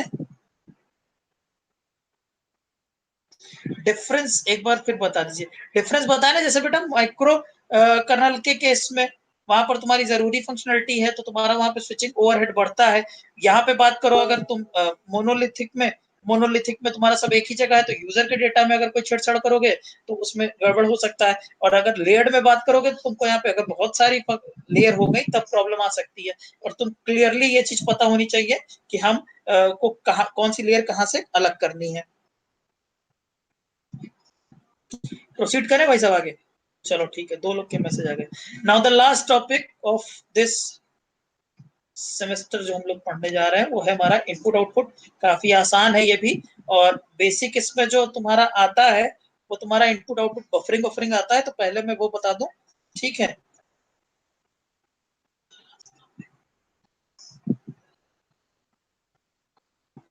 लैपटॉप का स्पीकर हम ऑफ कर दें? क्या कह रहा है लड़का? क्या कह रहे हो अनुप्रा? माइक ऑन करके बोलो, मैं समझ नहीं पा रहा हूँ।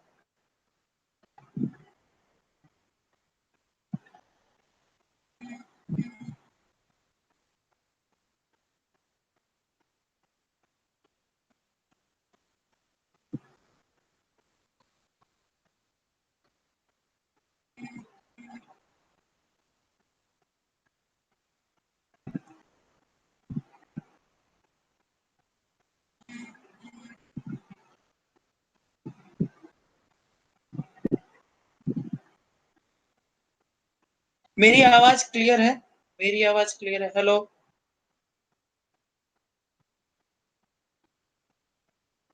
कहाँ? Okay, oh shit shit shit shit, I am so sorry, so sorry. अरे यार, सॉरी सॉरी सॉरी। ठीक है, मैंने ध्यान नहीं दिया। चलो,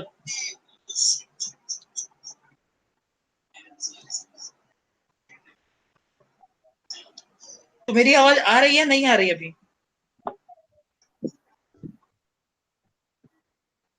कब बंद हुई है, किस टॉपिक पे?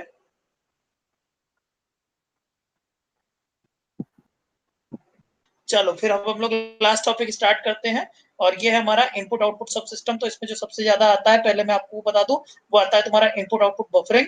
और इनपुट आउटपुट बफरिंग कुछ नहीं होती, जैसे आपको पता होगा कि, चलिए पूरा ही बता दें क्योंकि आधा बताएं। चलो, लास्ट इज द दिस, और इसको करके खत्म किया जाए।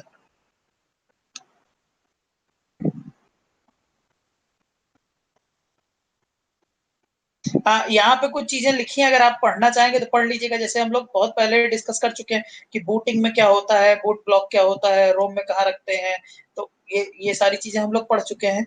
आप लोग थोड़ा और डिटेल में पढ़ना चाहें तो प्लीज आप लोग पढ़ सकते हैं, कोई दिक्कत नहीं है पढ़ने में। ठीक है।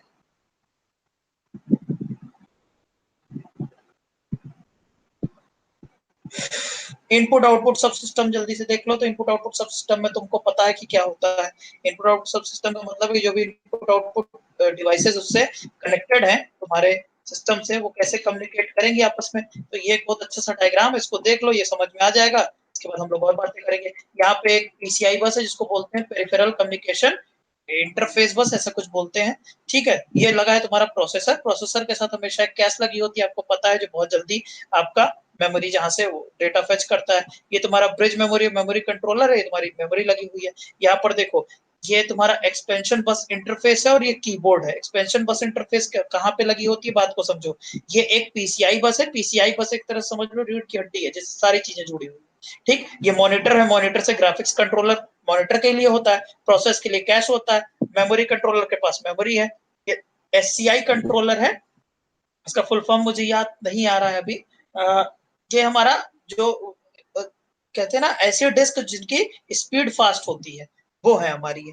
ठीक, और जो ये तुम्हारी कौन सी है, जो तुम्हारी सेकेंडरी स्टोरेज की डिस्क है। यहाँ पर देखो तुम्हारा कीबोर्ड लगा हुआ है। एक्सपेंशन बस वहां पे अप्लाई होती है जहां पे तुम को डिले सबसे ज्यादा लगता है। जैसे जो भी यूजर से इनपुट तुम कराते हो वहां डिले ज्यादा लगता है, तो वहां पे तुम्हारी एक्सपेंशन बस यूज हो रही है। अभी जो एक्सपेंशन बस इंटरफेस है वो तुम्हारा मेनली पीसीआई बस से कनेक्ट कर रहा है। तो फिलहाल यहाँ पर जैसे देखो कि ये जो एक्सपेंशन बस है, इस पर दो तरह के तुम्हारे पोर्ट हो सकते हैं। अब तो कम्युनिकेशन के लिए दो तीन चीजें हम लोग देखते हैं इंपॉर्टेंट होती है। क्या होती है? एक होता है तुम्हारा पीसीआई बस होता है।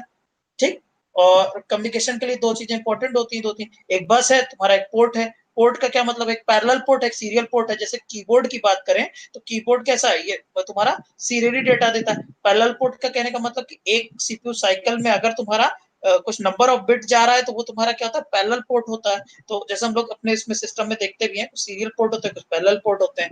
ठीक है, तो पैरेलल पोर्ट जैसे जनरली समझ सकते हो कि एक बाइट डेटा गया एक सीपीयू साइकिल में, तो वो तुम्हारा सीरियली नहीं पैरेलली जा रहा है। ठीक, यहाँ पर तुम्हारा ये कनेक्टेड है, ये तुम्हारी सेकेंडरी स्टोरेज है। ये तुम्हारी सॉरी सेकेंडरी डिस्क है। ये तुम्हारी ऐसी डिस्क है जो कंपेरेटिवली फास्ट होती है। तो पीसीआई बस से सब कुछ कनेक्टेड होता है।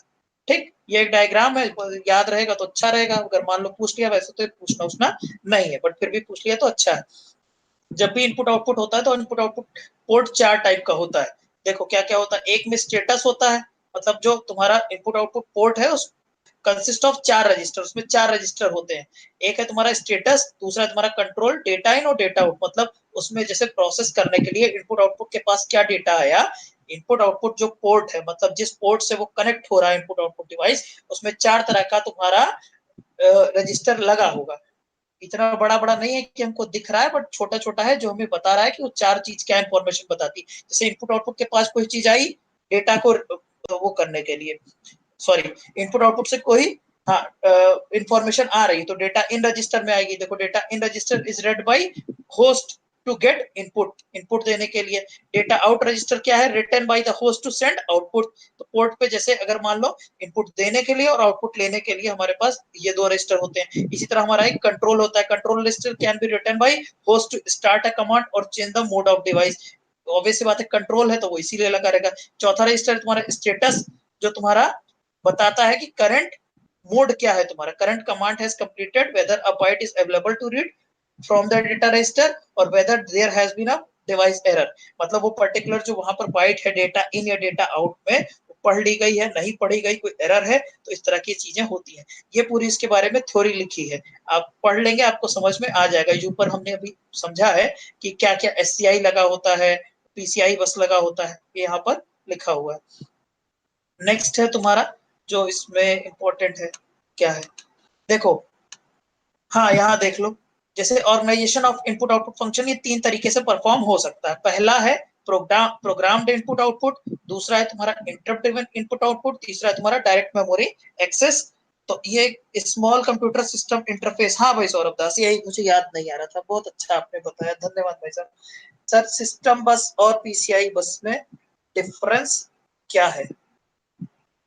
सिस्टम बस सीओ में पढ़े होगे ना, एक सेकंड, चलो। तो प्रोग्राम इनपुट इंटरप्ट और डायरेक्ट डीएमए, ये जरा तीन चीज समझ लीजिए, बहुत आसान है लेकिन नहीं समझ में आती। मैं आपको जिस तरह बताऊंगा आप प्लीज उसी तरह इसको याद रखने की कोशिश करिएगा। जैसे हमने रेट समझा, जैसे हमने सारे स्ट्रक्चर समझे हैं, बिल्कुल की पॉइंट हमें याद रहेंगे तो हम उसके बारे में अच्छे से समझ पाएंगे। देखो प्रोग्राम्ड इनपुट आउटपुट में क्या होता है, इन्होंने कहा जो इनपुट आउटपुट ऑपरेशन होता है तीन तरीके के होते हैं, एक होता है प्रोग्राम्ड, दूसरा होता है इंटरप्ट ड्रिवन और चौथा होता है डायरेक्ट मेमोरी एक्सेस। मैं फिर से कह रहा हूँ, नाम पहले पढ़ लेते हैं फिर समझ जाएंगे हम लोग क्या है। तो प्रोग्राम्ड क्या है, प्रोग्राम्ड ये है कि ये कहता है कि यहाँ पे प्रोसेसर जो अगर इनपुट आउटपुट कोई भी ऑपरेशन परफॉर्म होना है तो तब तक प्रोसेसर आपका रुका रहेगा जब तक वो आपका पर्टिकुलर इनपुट आउटपुट परफॉर्म नहीं हो जाता। The processor issues an input output command on the behalf of process, ठीक, to an input output module that process busy wait for the operation to be completed before proceeding. मतलब एक अगर programme तुम्हारा execute हो रहा है, उसमें कोई इनपुट आउटपुट का इंस्ट्रक्शन आ गया तो प्रोसेसर होल्ड कर देगा जब तक वो इनपुट आउटपुट परफॉर्म नहीं हो जाएगा। इनपुट आउटपुट परफॉर्म हो जाएगा उसके बाद बढ़ना शुरू करेगा। एक तरीका ये होता है इनपुट आउटपुट फंक्शन को परफॉर्म करने का। दूसरा क्या है, इंटरप्ट ड्रिवन है, मतलब वहां पर जैसे हम लोग अभी तक समझते आए प्रिडिक्टिव वाला केस, क्या कि अगर इनपुट आउटपुट आ गया तो उसमें वो इनपुट आउटपुट चला जाएगा परफॉर्म होने, दूसरा सीपीयू के पास आ जाएगा और सीपीयू उसको एग्जीक्यूट करेगा। पहला वाला जब कंप्लीट करके आ जाएगा तो दूसरा वाला हट जाएगा। ये हुआ तुम्हारा इंटरप्ट ड्रिवन। तीसरा होता है तुम्हारा डीएमए। देखो कई बार ऐसा होता है कि जो तुम्हारे इनपुट आउटपुट डिवाइसेस होती है उनकी स्पीड बहुत कम होती है और जो तुम्हारा प्रोसेसर होता है उसकी स्पीड बहुत ज्यादा होती है, ठीक। तो तुम्हें क्या करना होता है, डीएमए का मतलब होता है कि डायरेक्ट मेमोरी एक्सेस, मतलब इसके अगर किसी भी मेमोरी में कोई ऐसी इंफॉर्मेशन चाहिए होती है जो इनपुट आउटपुट से आती है, ऑब्वियस सी बात है इनपुट आउटपुट यूनिट से इंफॉर्मेशन को एंटर किया जाता है, जो तुम्हारा मेमोरी में पहुंचता है, फिर उसके बाद उस पर ऑपरेशन होता है, फिर मेमोरी से उठ के वो इनपुट आउटपुट में आता है। तो उन्होंने कहा यार इसमें एक दिक्कत हो रही है। क्या दिक्कत हो रही है? इन्होंने कहा कि जो तुम्हारा सीपीयू होता है उसको पूरे के पूरे इसको मॉनिटर करना पड़ता है। मतलब मेमोरी ने अगर रिक्वायरमेंट की तुम्हारे इनपुट आउटपुट की, वहां से कोई डेटा की, तो सीपीयू को मॉनिटर करना पड़ता है। तो हमने इसमें ये कहा कि अब हम इसको डीएमए अप्रोच से करते हैं। तो डीएमए अप्रोच क्या करता है कि वो वहां से सीपीयू का इंटरफेरेंस हटा लेता है, ठीक। DMA modules control the exchange of data between the main memory और आईओ मॉड्यूल। तो डीएमए एक लगा दोगे, अगर सिस्टम में एक डीएमए लगा दोगे तो फायदा क्या होगा, फायदा ये होगा तुमको कि अब हर बार सीपीयू को इंटरेक्ट नहीं करना पड़ेगा। समझ रहे हो बात को? जैसे बात करें अगर कि हम लोग वहां जाते हैं बैंक में, तो हर बार अगर मान लो मेरा लॉकर है वहां पे, तो हम हर बार जाएं और जो मैनेजर है उससे चाबी लें, तो वो जो है वो पहले ही इतना बिजी है और उसकी स्पीड बहुत तेज है काम करने की। हम लोग इनपुट आउटपुट और वो मेरी मेमोरी है, तो उस केस में क्या करते हैं, उस केस में एक अलग आदमी बैठा देते हैं जिसका काम ही केवल ये है मेमोरी और इनपुट आउट के बीच बीच में डेटा को ट्रांसफर करना। तो एक तुमने समझा प्रोग्राम जहां पे सिस्टम तुम्हारा बिजी वेटिंग में चला जाता है, दूसरा इनपुट आउटपुट जिसको आपने प्रिमिटिव में पढ़ा था, और तीसरा आपका डीएमए जहां पे आप समझ रहे हैं कि आपके मेमोरी, मेन मेमोरी और आपके इनपुट आउटपुट के बीच में एक आप डिवाइस बिठा देते हो जिसको आप डीएमए बोलते हो। फायदा क्या है कि अब आपका सीपीयू से इंटरेक्शन नहीं रह जाएगा। तो हर बार ऐसा नहीं होगा कि अगर मेमोरी को इनपुट आउटपुट से कोई डेटा चाहिए तो सीपीयू को बस पता चलेगा तो वो अपना कंट्रोल वो डीएमए को दे देता है। आई थिंक मेरी बात आपको समझ में आ गई होगी।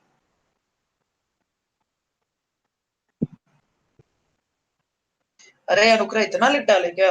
सर अगर सीपीयू के पास 40,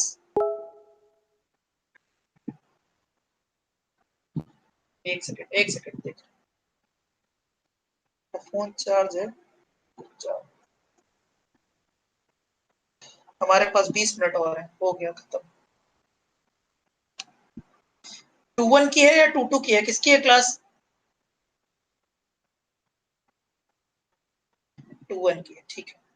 बहुत तेज तो नहीं चल रहा हम लोग, ऐसा तो नहीं लग रहा है कि हम लोग पूरा कर रहे हैं सब कुछ जल्दी बस, ऐसा कोई मामला तो नहीं लग रहा? अरे हाँ बोलो। अगर सर सीपीयू की पास 40 लेन हो पीसीआई एक्सप्रेस एंड हम एक कंपोनेंट लगा दिए 48 लेंस यूज करने के लिए, अलग अलग component, X RAM, video capture card, graphics dedicated, then CPU lane कैसे डिस्ट्रीब्यूट होंगे अमंग द डिवाइसेस? एक सेकंड,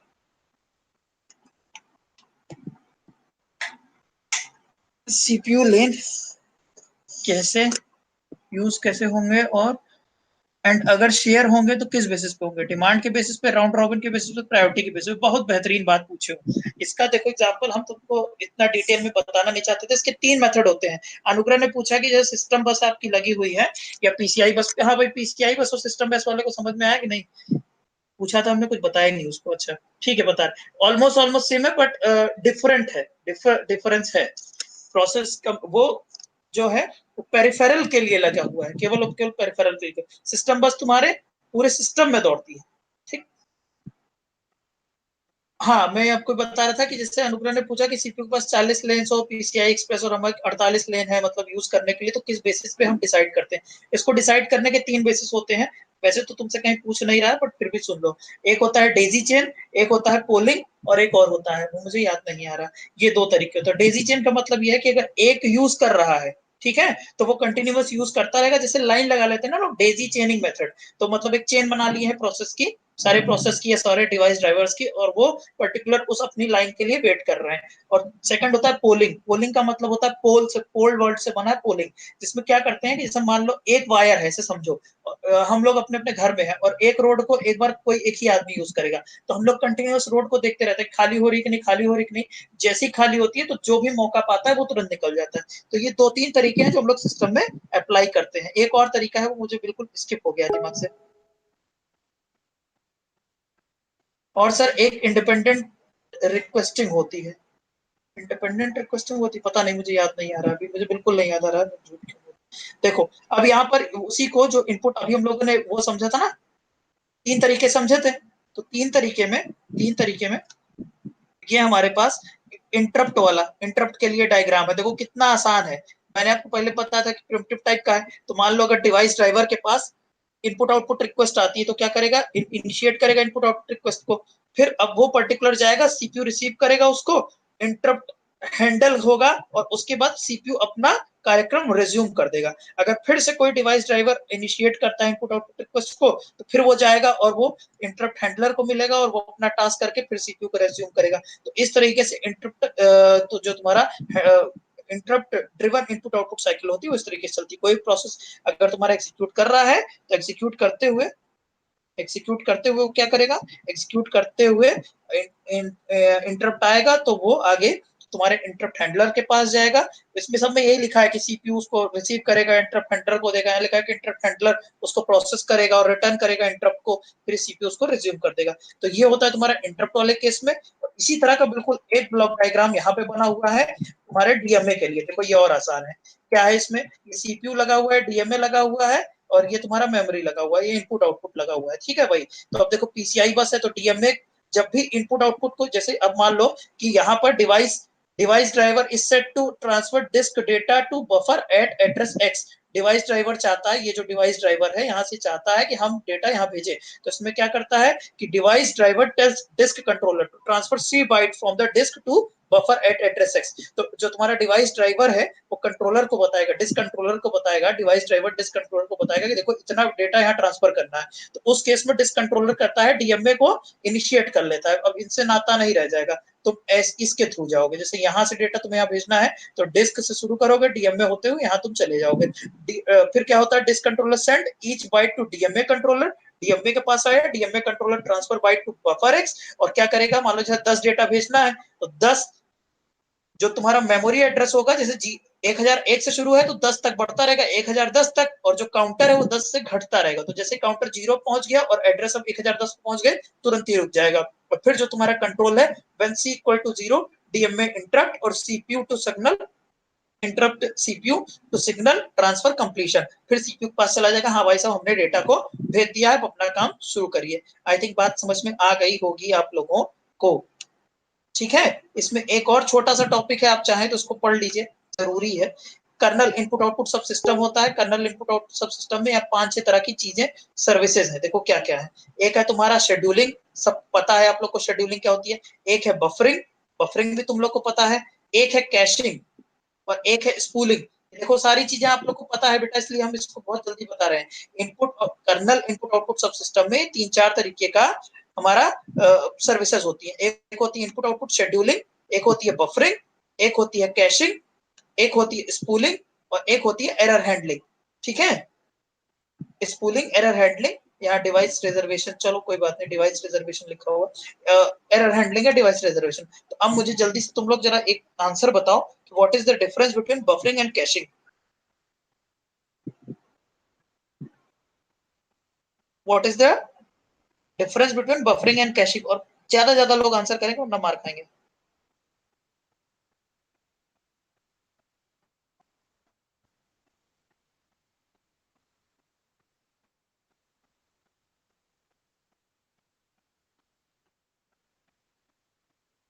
आंसर करो भाई। डिफरेंस बिटवीन कैशिंग एंड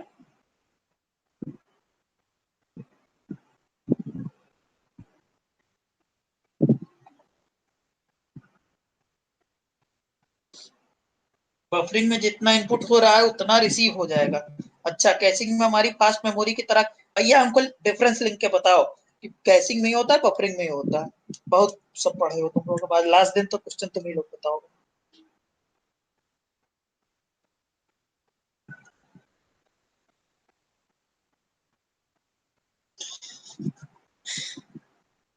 इसको देखना पीयूष यार, सिस्टम बस और पीसीआई में डिफरेंस क्या है एग्जैक्ट हमको नहीं पता, क्योंकि वो सीओ का कुछ पार्ट है, हम इतना अभी तक देखे हैं नहीं उसको। कैशिंग में आगे का डेटा फेच करके रखते हैं फॉर क्विक प्रोसेसिंग। अच्छा, हाँ, अच्छा, फिर से what is the difference between caching and buffering. जितनी जल्दी बताओगे उतनी जल्दी सेशन खत्म करेंगे। इनपुट आउटपुट कर्नल की जो सर्विसेज है उनमें 6 सर्विस है, तो आपको बताना है what is the difference between caching and buffering.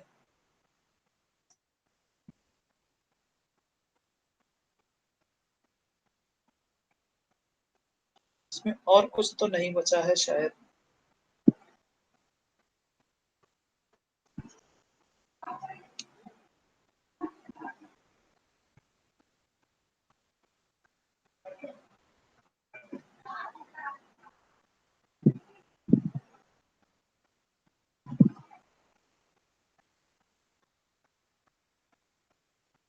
Rahul answer नहीं दे, राहुल भाग गया शायद। अरे वाह, स्वाति, सताक्षी, अनुग्रह, बाकी सब बोर हो गए, बहुत तेज भाग रहे।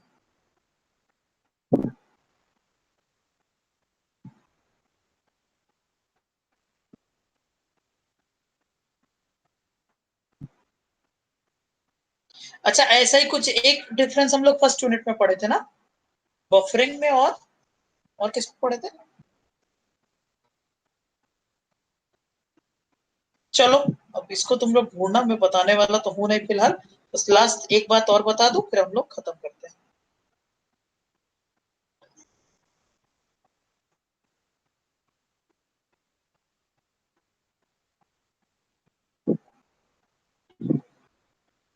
अच्छा, ये छोटी छोटी चीजें हैं, जैसे पढ़ लेना तुम लोग। मुझे नहीं लगता कि इसको इतना करने की कोई बहुत हो। जैसे इनपुट आउटपुट डिवाइसेस है, तो पूछा है इनपुट आउटपुट डिवाइसेस क्या है, किसके बेसिस पे डिफरेंशिएट करोगे। ह्यूमन रिटेबल है, मशीन रिटेबल है, कम्युनिकेशन के बेसिस पे। और इसी तरह से external devices mainly differ in the following base, जो बाहर के डिवाइसेस, वो 4 बेसिस पे अलग की जा सकती है। उनका स्पीड क्या है, अमाउंट ऑफ डेटा ट्रांसफर क्या है, डेटा रिप्रेजेंटेशन का तरीका क्या है, परमिसिबल ऑपरेशन क्या है, एरर कंडीशन क्या है, इसके बेस पे अलग कर सकते हैं। कैरेक्टर के हिसाब से characteristics of input output devices की, वो कैरेक्टर स्ट्रीम है या ब्लॉक है, सीक्वेंशियली एक्सेस हो रहा है, रैंडम हो रहा है, सिंक्रोनस है या एसिंक्रोनस है, शेयर्ड है या डेडिकेटेड है, स्पीड ऑफ ऑपरेशन क्या है, रीड राइट ऑपरेशन क्या है। तो ये सारी चीजें हैं। बाकी जो हम लोगों ने पढ़ा अभी वही है, इसमें और कुछ तो अलग नहीं है। ये मैंने बता ही दिया आपको, डीएम में समझा ही दिया। इनपुट आउटपुट में बफरिंग कैशिंग ये हो ही गया।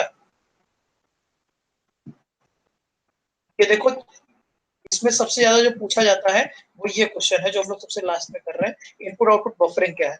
There is a speed mismatch, मतलब अगर जहां से डेटा आ रहा है वो तुम्हारा स्लो है, जहां डेटा जाना है वो फास्ट है, तो उस केस में तो तुम इनपुट आउटपुट बफरिंग भी यूज करते हो, और कैशिंग भी इसी पर्पज में यूज होती है। बट कैशिंग और बफरिंग में डिफरेंस है जो मैं नहीं बताऊंगा, जो तुम बताओगे। ठीक है, बहुत लोगों ने आंसर कर दिया है sir. Buffering process thread store, अरे बाप रे, भयानक भयानक बातें लिख दी गई हैं। चलो, तो बफरिंग तुमसे पूछता है, बफरिंग के बारे में ये है कि बफर में हम डेटा को स्टोर करते हैं। इसको, ये तो थ्योरेटिकल वे में है जो लिखा हुआ है। इससे अच्छा मैं आपको एक डायग्राम बता के जो चीजें हैं वो समझा दूं, ताकि आप अगर एक टू की बात करेंगे तो उसमें नंबर आपको वहां से, जैसे देखो यहाँ पर तुम्हारे पास कोई वो नहीं लगा हुआ है, इससे अच्छा एक डायग्राम है मेरे पास, मैं वो बोलता हूँ। तो ये है, ठीक है, ये शॉर्ट में लिखा हुआ है। वही जो बातें वहां इतनी लंबी लिखी थी कि categories of input output device क्या हो सकती है, 4 हो सकती है, ह्यूमन रिटेबल, मशीन रिटेबल और कम्युनिकेशन के लिए। इसी तरह से तुम्हारा यहाँ पर और कुछ बातें लिखे, difference in input output device, वो 3-4 बेसिस पे, जो वैसे मैं अभी आपको बताया, डेटा रेट के बेस पे, एप्लीकेशन के बेस पे, कॉम्प्लेक्सिटी के बेस पे, डेटा रिप्रेजेंटेशन के बेस पे और एरर कंडीशन के बेस पे। इसी तरह से अगर हमने कहा कि जो आपको इनपुट आउटपुट परफॉर्म करना है तो वो तुम्हारा 3 टाइप का है, प्रोग्राम्ड, इंटरप्ट और डीएमए। अब इसके बाद यहाँ पर evolution of input output function. सबसे पहले क्या होता था, प्रोसेस डायरेक्टली करता था, फिर एक कंट्रोलर आ गया, फिर वो इंटरप्ट जनरेट करने लगा, फिर डायरेक्ट डीएमए का कॉन्सेप्ट आया। मतलब पहले प्रोसेस खुद ही जाता था इनपुट आउटपुट जो पेरिफेरल डिवाइसेस थे उससे कम्युनिकेट करने, फिर बीच में कंट्रोलर का कंसेप्ट आया, फिर कंट्रोलर के साथ इंटरप्ट वाला कंसेप्ट आ गया, ताकि वहां पे प्रिम्प्ट करके दूसरे को एग्जीक्यूट किया जा सके। फिर उसके बाद डीएमए आ गया। तो ये सारी बातें इसमें लिखी हुई है। फिर आगे डीएमए का है, मैं आपको ये बताना चाह रहा था। ये देखो यहाँ पे डीएमए का वो भी लग बना हुआ है, 10 मिनट है ना अभी मेरे पास। देखो जो डीएमए है यहाँ पे, ये सिंगल बस डिटैच डीएमए, यहाँ पे सिंगल बस पे ही डीएमए लगा हुआ है, इनपुट आउटपुट और मेमोरी है, तो डीएमए यहाँ लगा हुआ है। आगे देखो, इस लेवल को बढ़ा देते हैं अगर हम डीएमए वाले को, उसका देख लो। ये देखो, जैसे ये इनपुट आउटपुट है, ये डीएमए से लगा हुआ है, ये डीएमए एक स्पेसिफिक इसके लिए लगा हुआ है। तो जब भी इस मेमोरी और इन इनपुट आउटपुट में काम होना होगा तो या तो ये डीएमए या तो ये डीएमए कॉल होगा। इसी तरह से देखो आगे भी है, यहाँ पे ये डीएमए है और इस डीएमए से ये 3 डिवाइसेस लगे हैं, तो इस जब भी मेमोरी इनपुट आउटपुट होगा इस डीएमए के बेसिस पे होगा। डायग्राम अच्छा लगा था मुझे, इसलिए मैं इसको लेके आया। इनपुट आउटपुट बफरिंग क्या होती है? इनपुट आउटपुट बफरिंग 3 तरीके की हो सकती है। रीजन क्या है? रीजन आप लोग को पता ही है, ब्लॉक ओरिएंटेड हो सकती है, स्ट्रीम ओरिएंटेड हो सकती है। सिंगल बफर और डबल बफर क्या है, डायग्राम से देखो तुरंत समझ में आपको आ जाएगा। कहानी लिखी हुई, इसे पढ़ लेना। जैसे यहाँ पे देखो कोई बफरिंग नहीं लगी हुई, इनपुट आउटपुट से आ रहा है, यूजर प्रोसेस है, तो यहाँ पे कोई बफर डिवाइस नहीं लगी हुई। ये तुम्हारा सिंगल बफरिंग है, क्योंकि बफर का नंबर कितना है, 1। डबल बफरिंग के केस में क्या हो जाता है, यहाँ पर तुम्हारे पास 2 बफर तुम पुट कर लेते हो। देखो 2 बफर लगा हो, तो एक में डेटा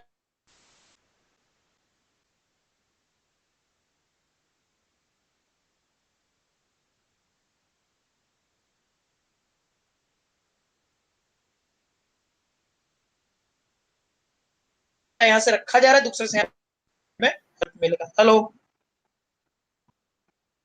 अरे यार मजाक नहीं करो, कहाँ तक सुने?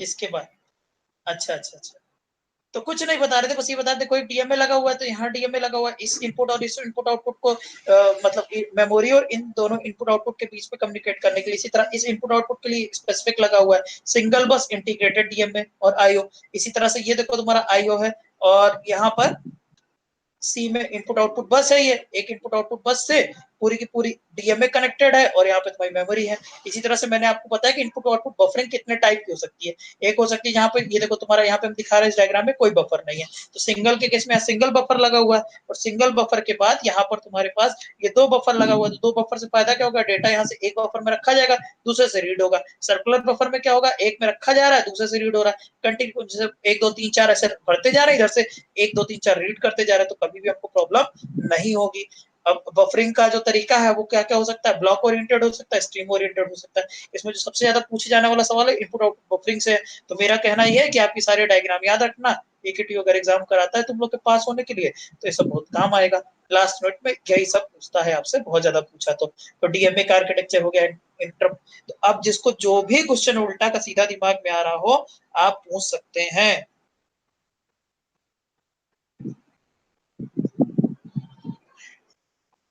इनपुट आउटपुट बफरिंग बता तो दिया। इनपुट आउटपुट बफरिंग में बफरिंग करते क्यों है, दो तरीके हैं, block oriented, stream oriented. Single buffer और डबल बफर वो सब जो लिखा हुआ है उसको खुद से पढ़ लेना। डायग्राम में यह है कि यहाँ सिंगल बफर है, वहां डबल बफर है। आप बताओ, अब मेरी ओर से पूरा सिलेबस कंप्लीट हो गया, जिसको जो पूछना हो वो पूछो। तीसरी देवा खंडे मास प्राणे ऑपरेटिंग सिस्टम समाप्त। क्या पूछना है भाई, चलो पूछिए। मैं 3 4 मिनट और वेट कर रहा हूँ।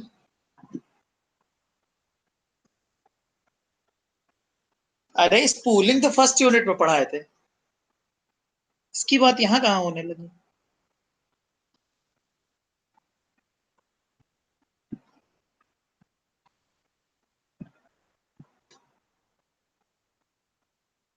हाँ क्या पूछ रहा था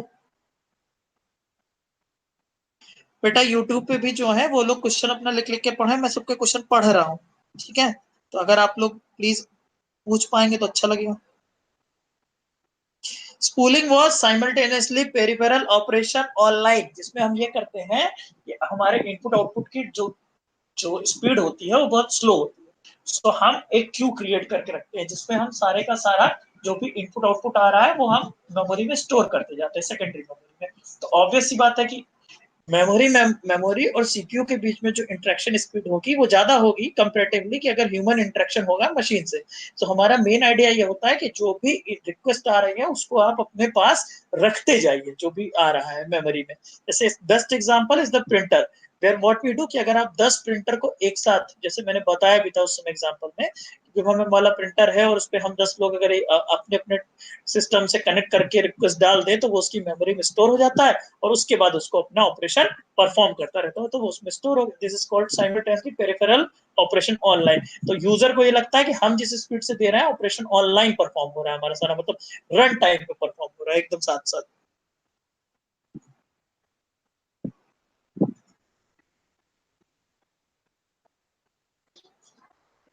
सर बफरिंग पार्टीशन, पार्टीशन क्या हुआ बेटा, जैसे ये कह रहे हैं ना कि बफरिंग एक जगह नहीं करके 2 4 जगह कर रहे हैं, तो फायदा ये है कि मान लो जैसे तुमने कह दिया बफर फुल हो गया तो दूसरा भर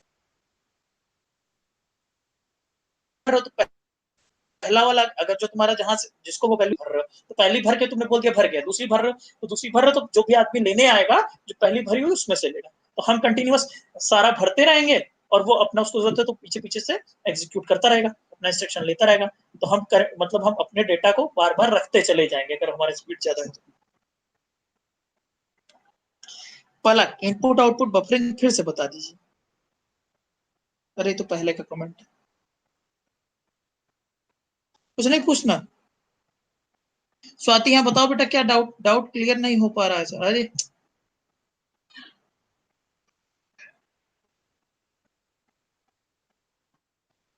तो हम लोग खत्म करें।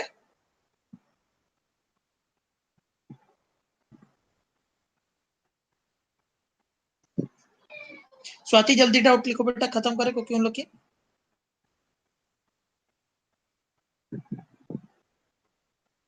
हेलो, क्या जुम्मा क्या सर बताए नहीं, if any drive fails in red one replaced smoothly. If any drive fails in RAID 1 then it could be replaced smoothly. RAID 1 में तो मिरर इसीलिए बना रहे हैं, अगर मिरर इमेज जा रही है तो प्रॉब्लम नहीं है, वहां डेटा कॉपी करके रखने का यही मतलब है हमारा।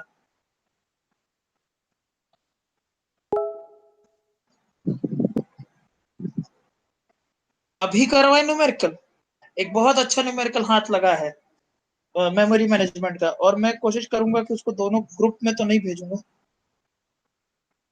चलो ग्रुप में भेज सकते हैं। न्यूमेरिकल क्या करवाएं बताओ, इसमें कौन सा टॉपिक का? स्वाति तो हमको डायरेक्ट भेजो कौन से न्यूमेरिकल में प्रॉब्लम हो रही है, अगला सेशन रखेंगे तो न्यूमेरिकल के ऊपर रखेंगे, जितने ज्यादा तुम लोग क्वेश्चन बोल दोगे वही सब सॉल्व करेंगे यहाँ पे।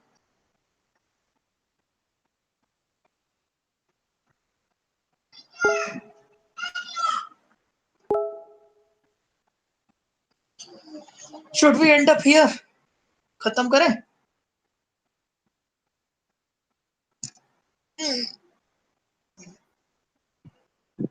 भाई क्लास भी तो है तुम लोग की माइक्रो की 6 बजे से, एलेक्स की, तो बताना क्या है, कुछ पूछो तो बताएं, कुछ पूछ ही नहीं रहे हो तो क्या बताएं।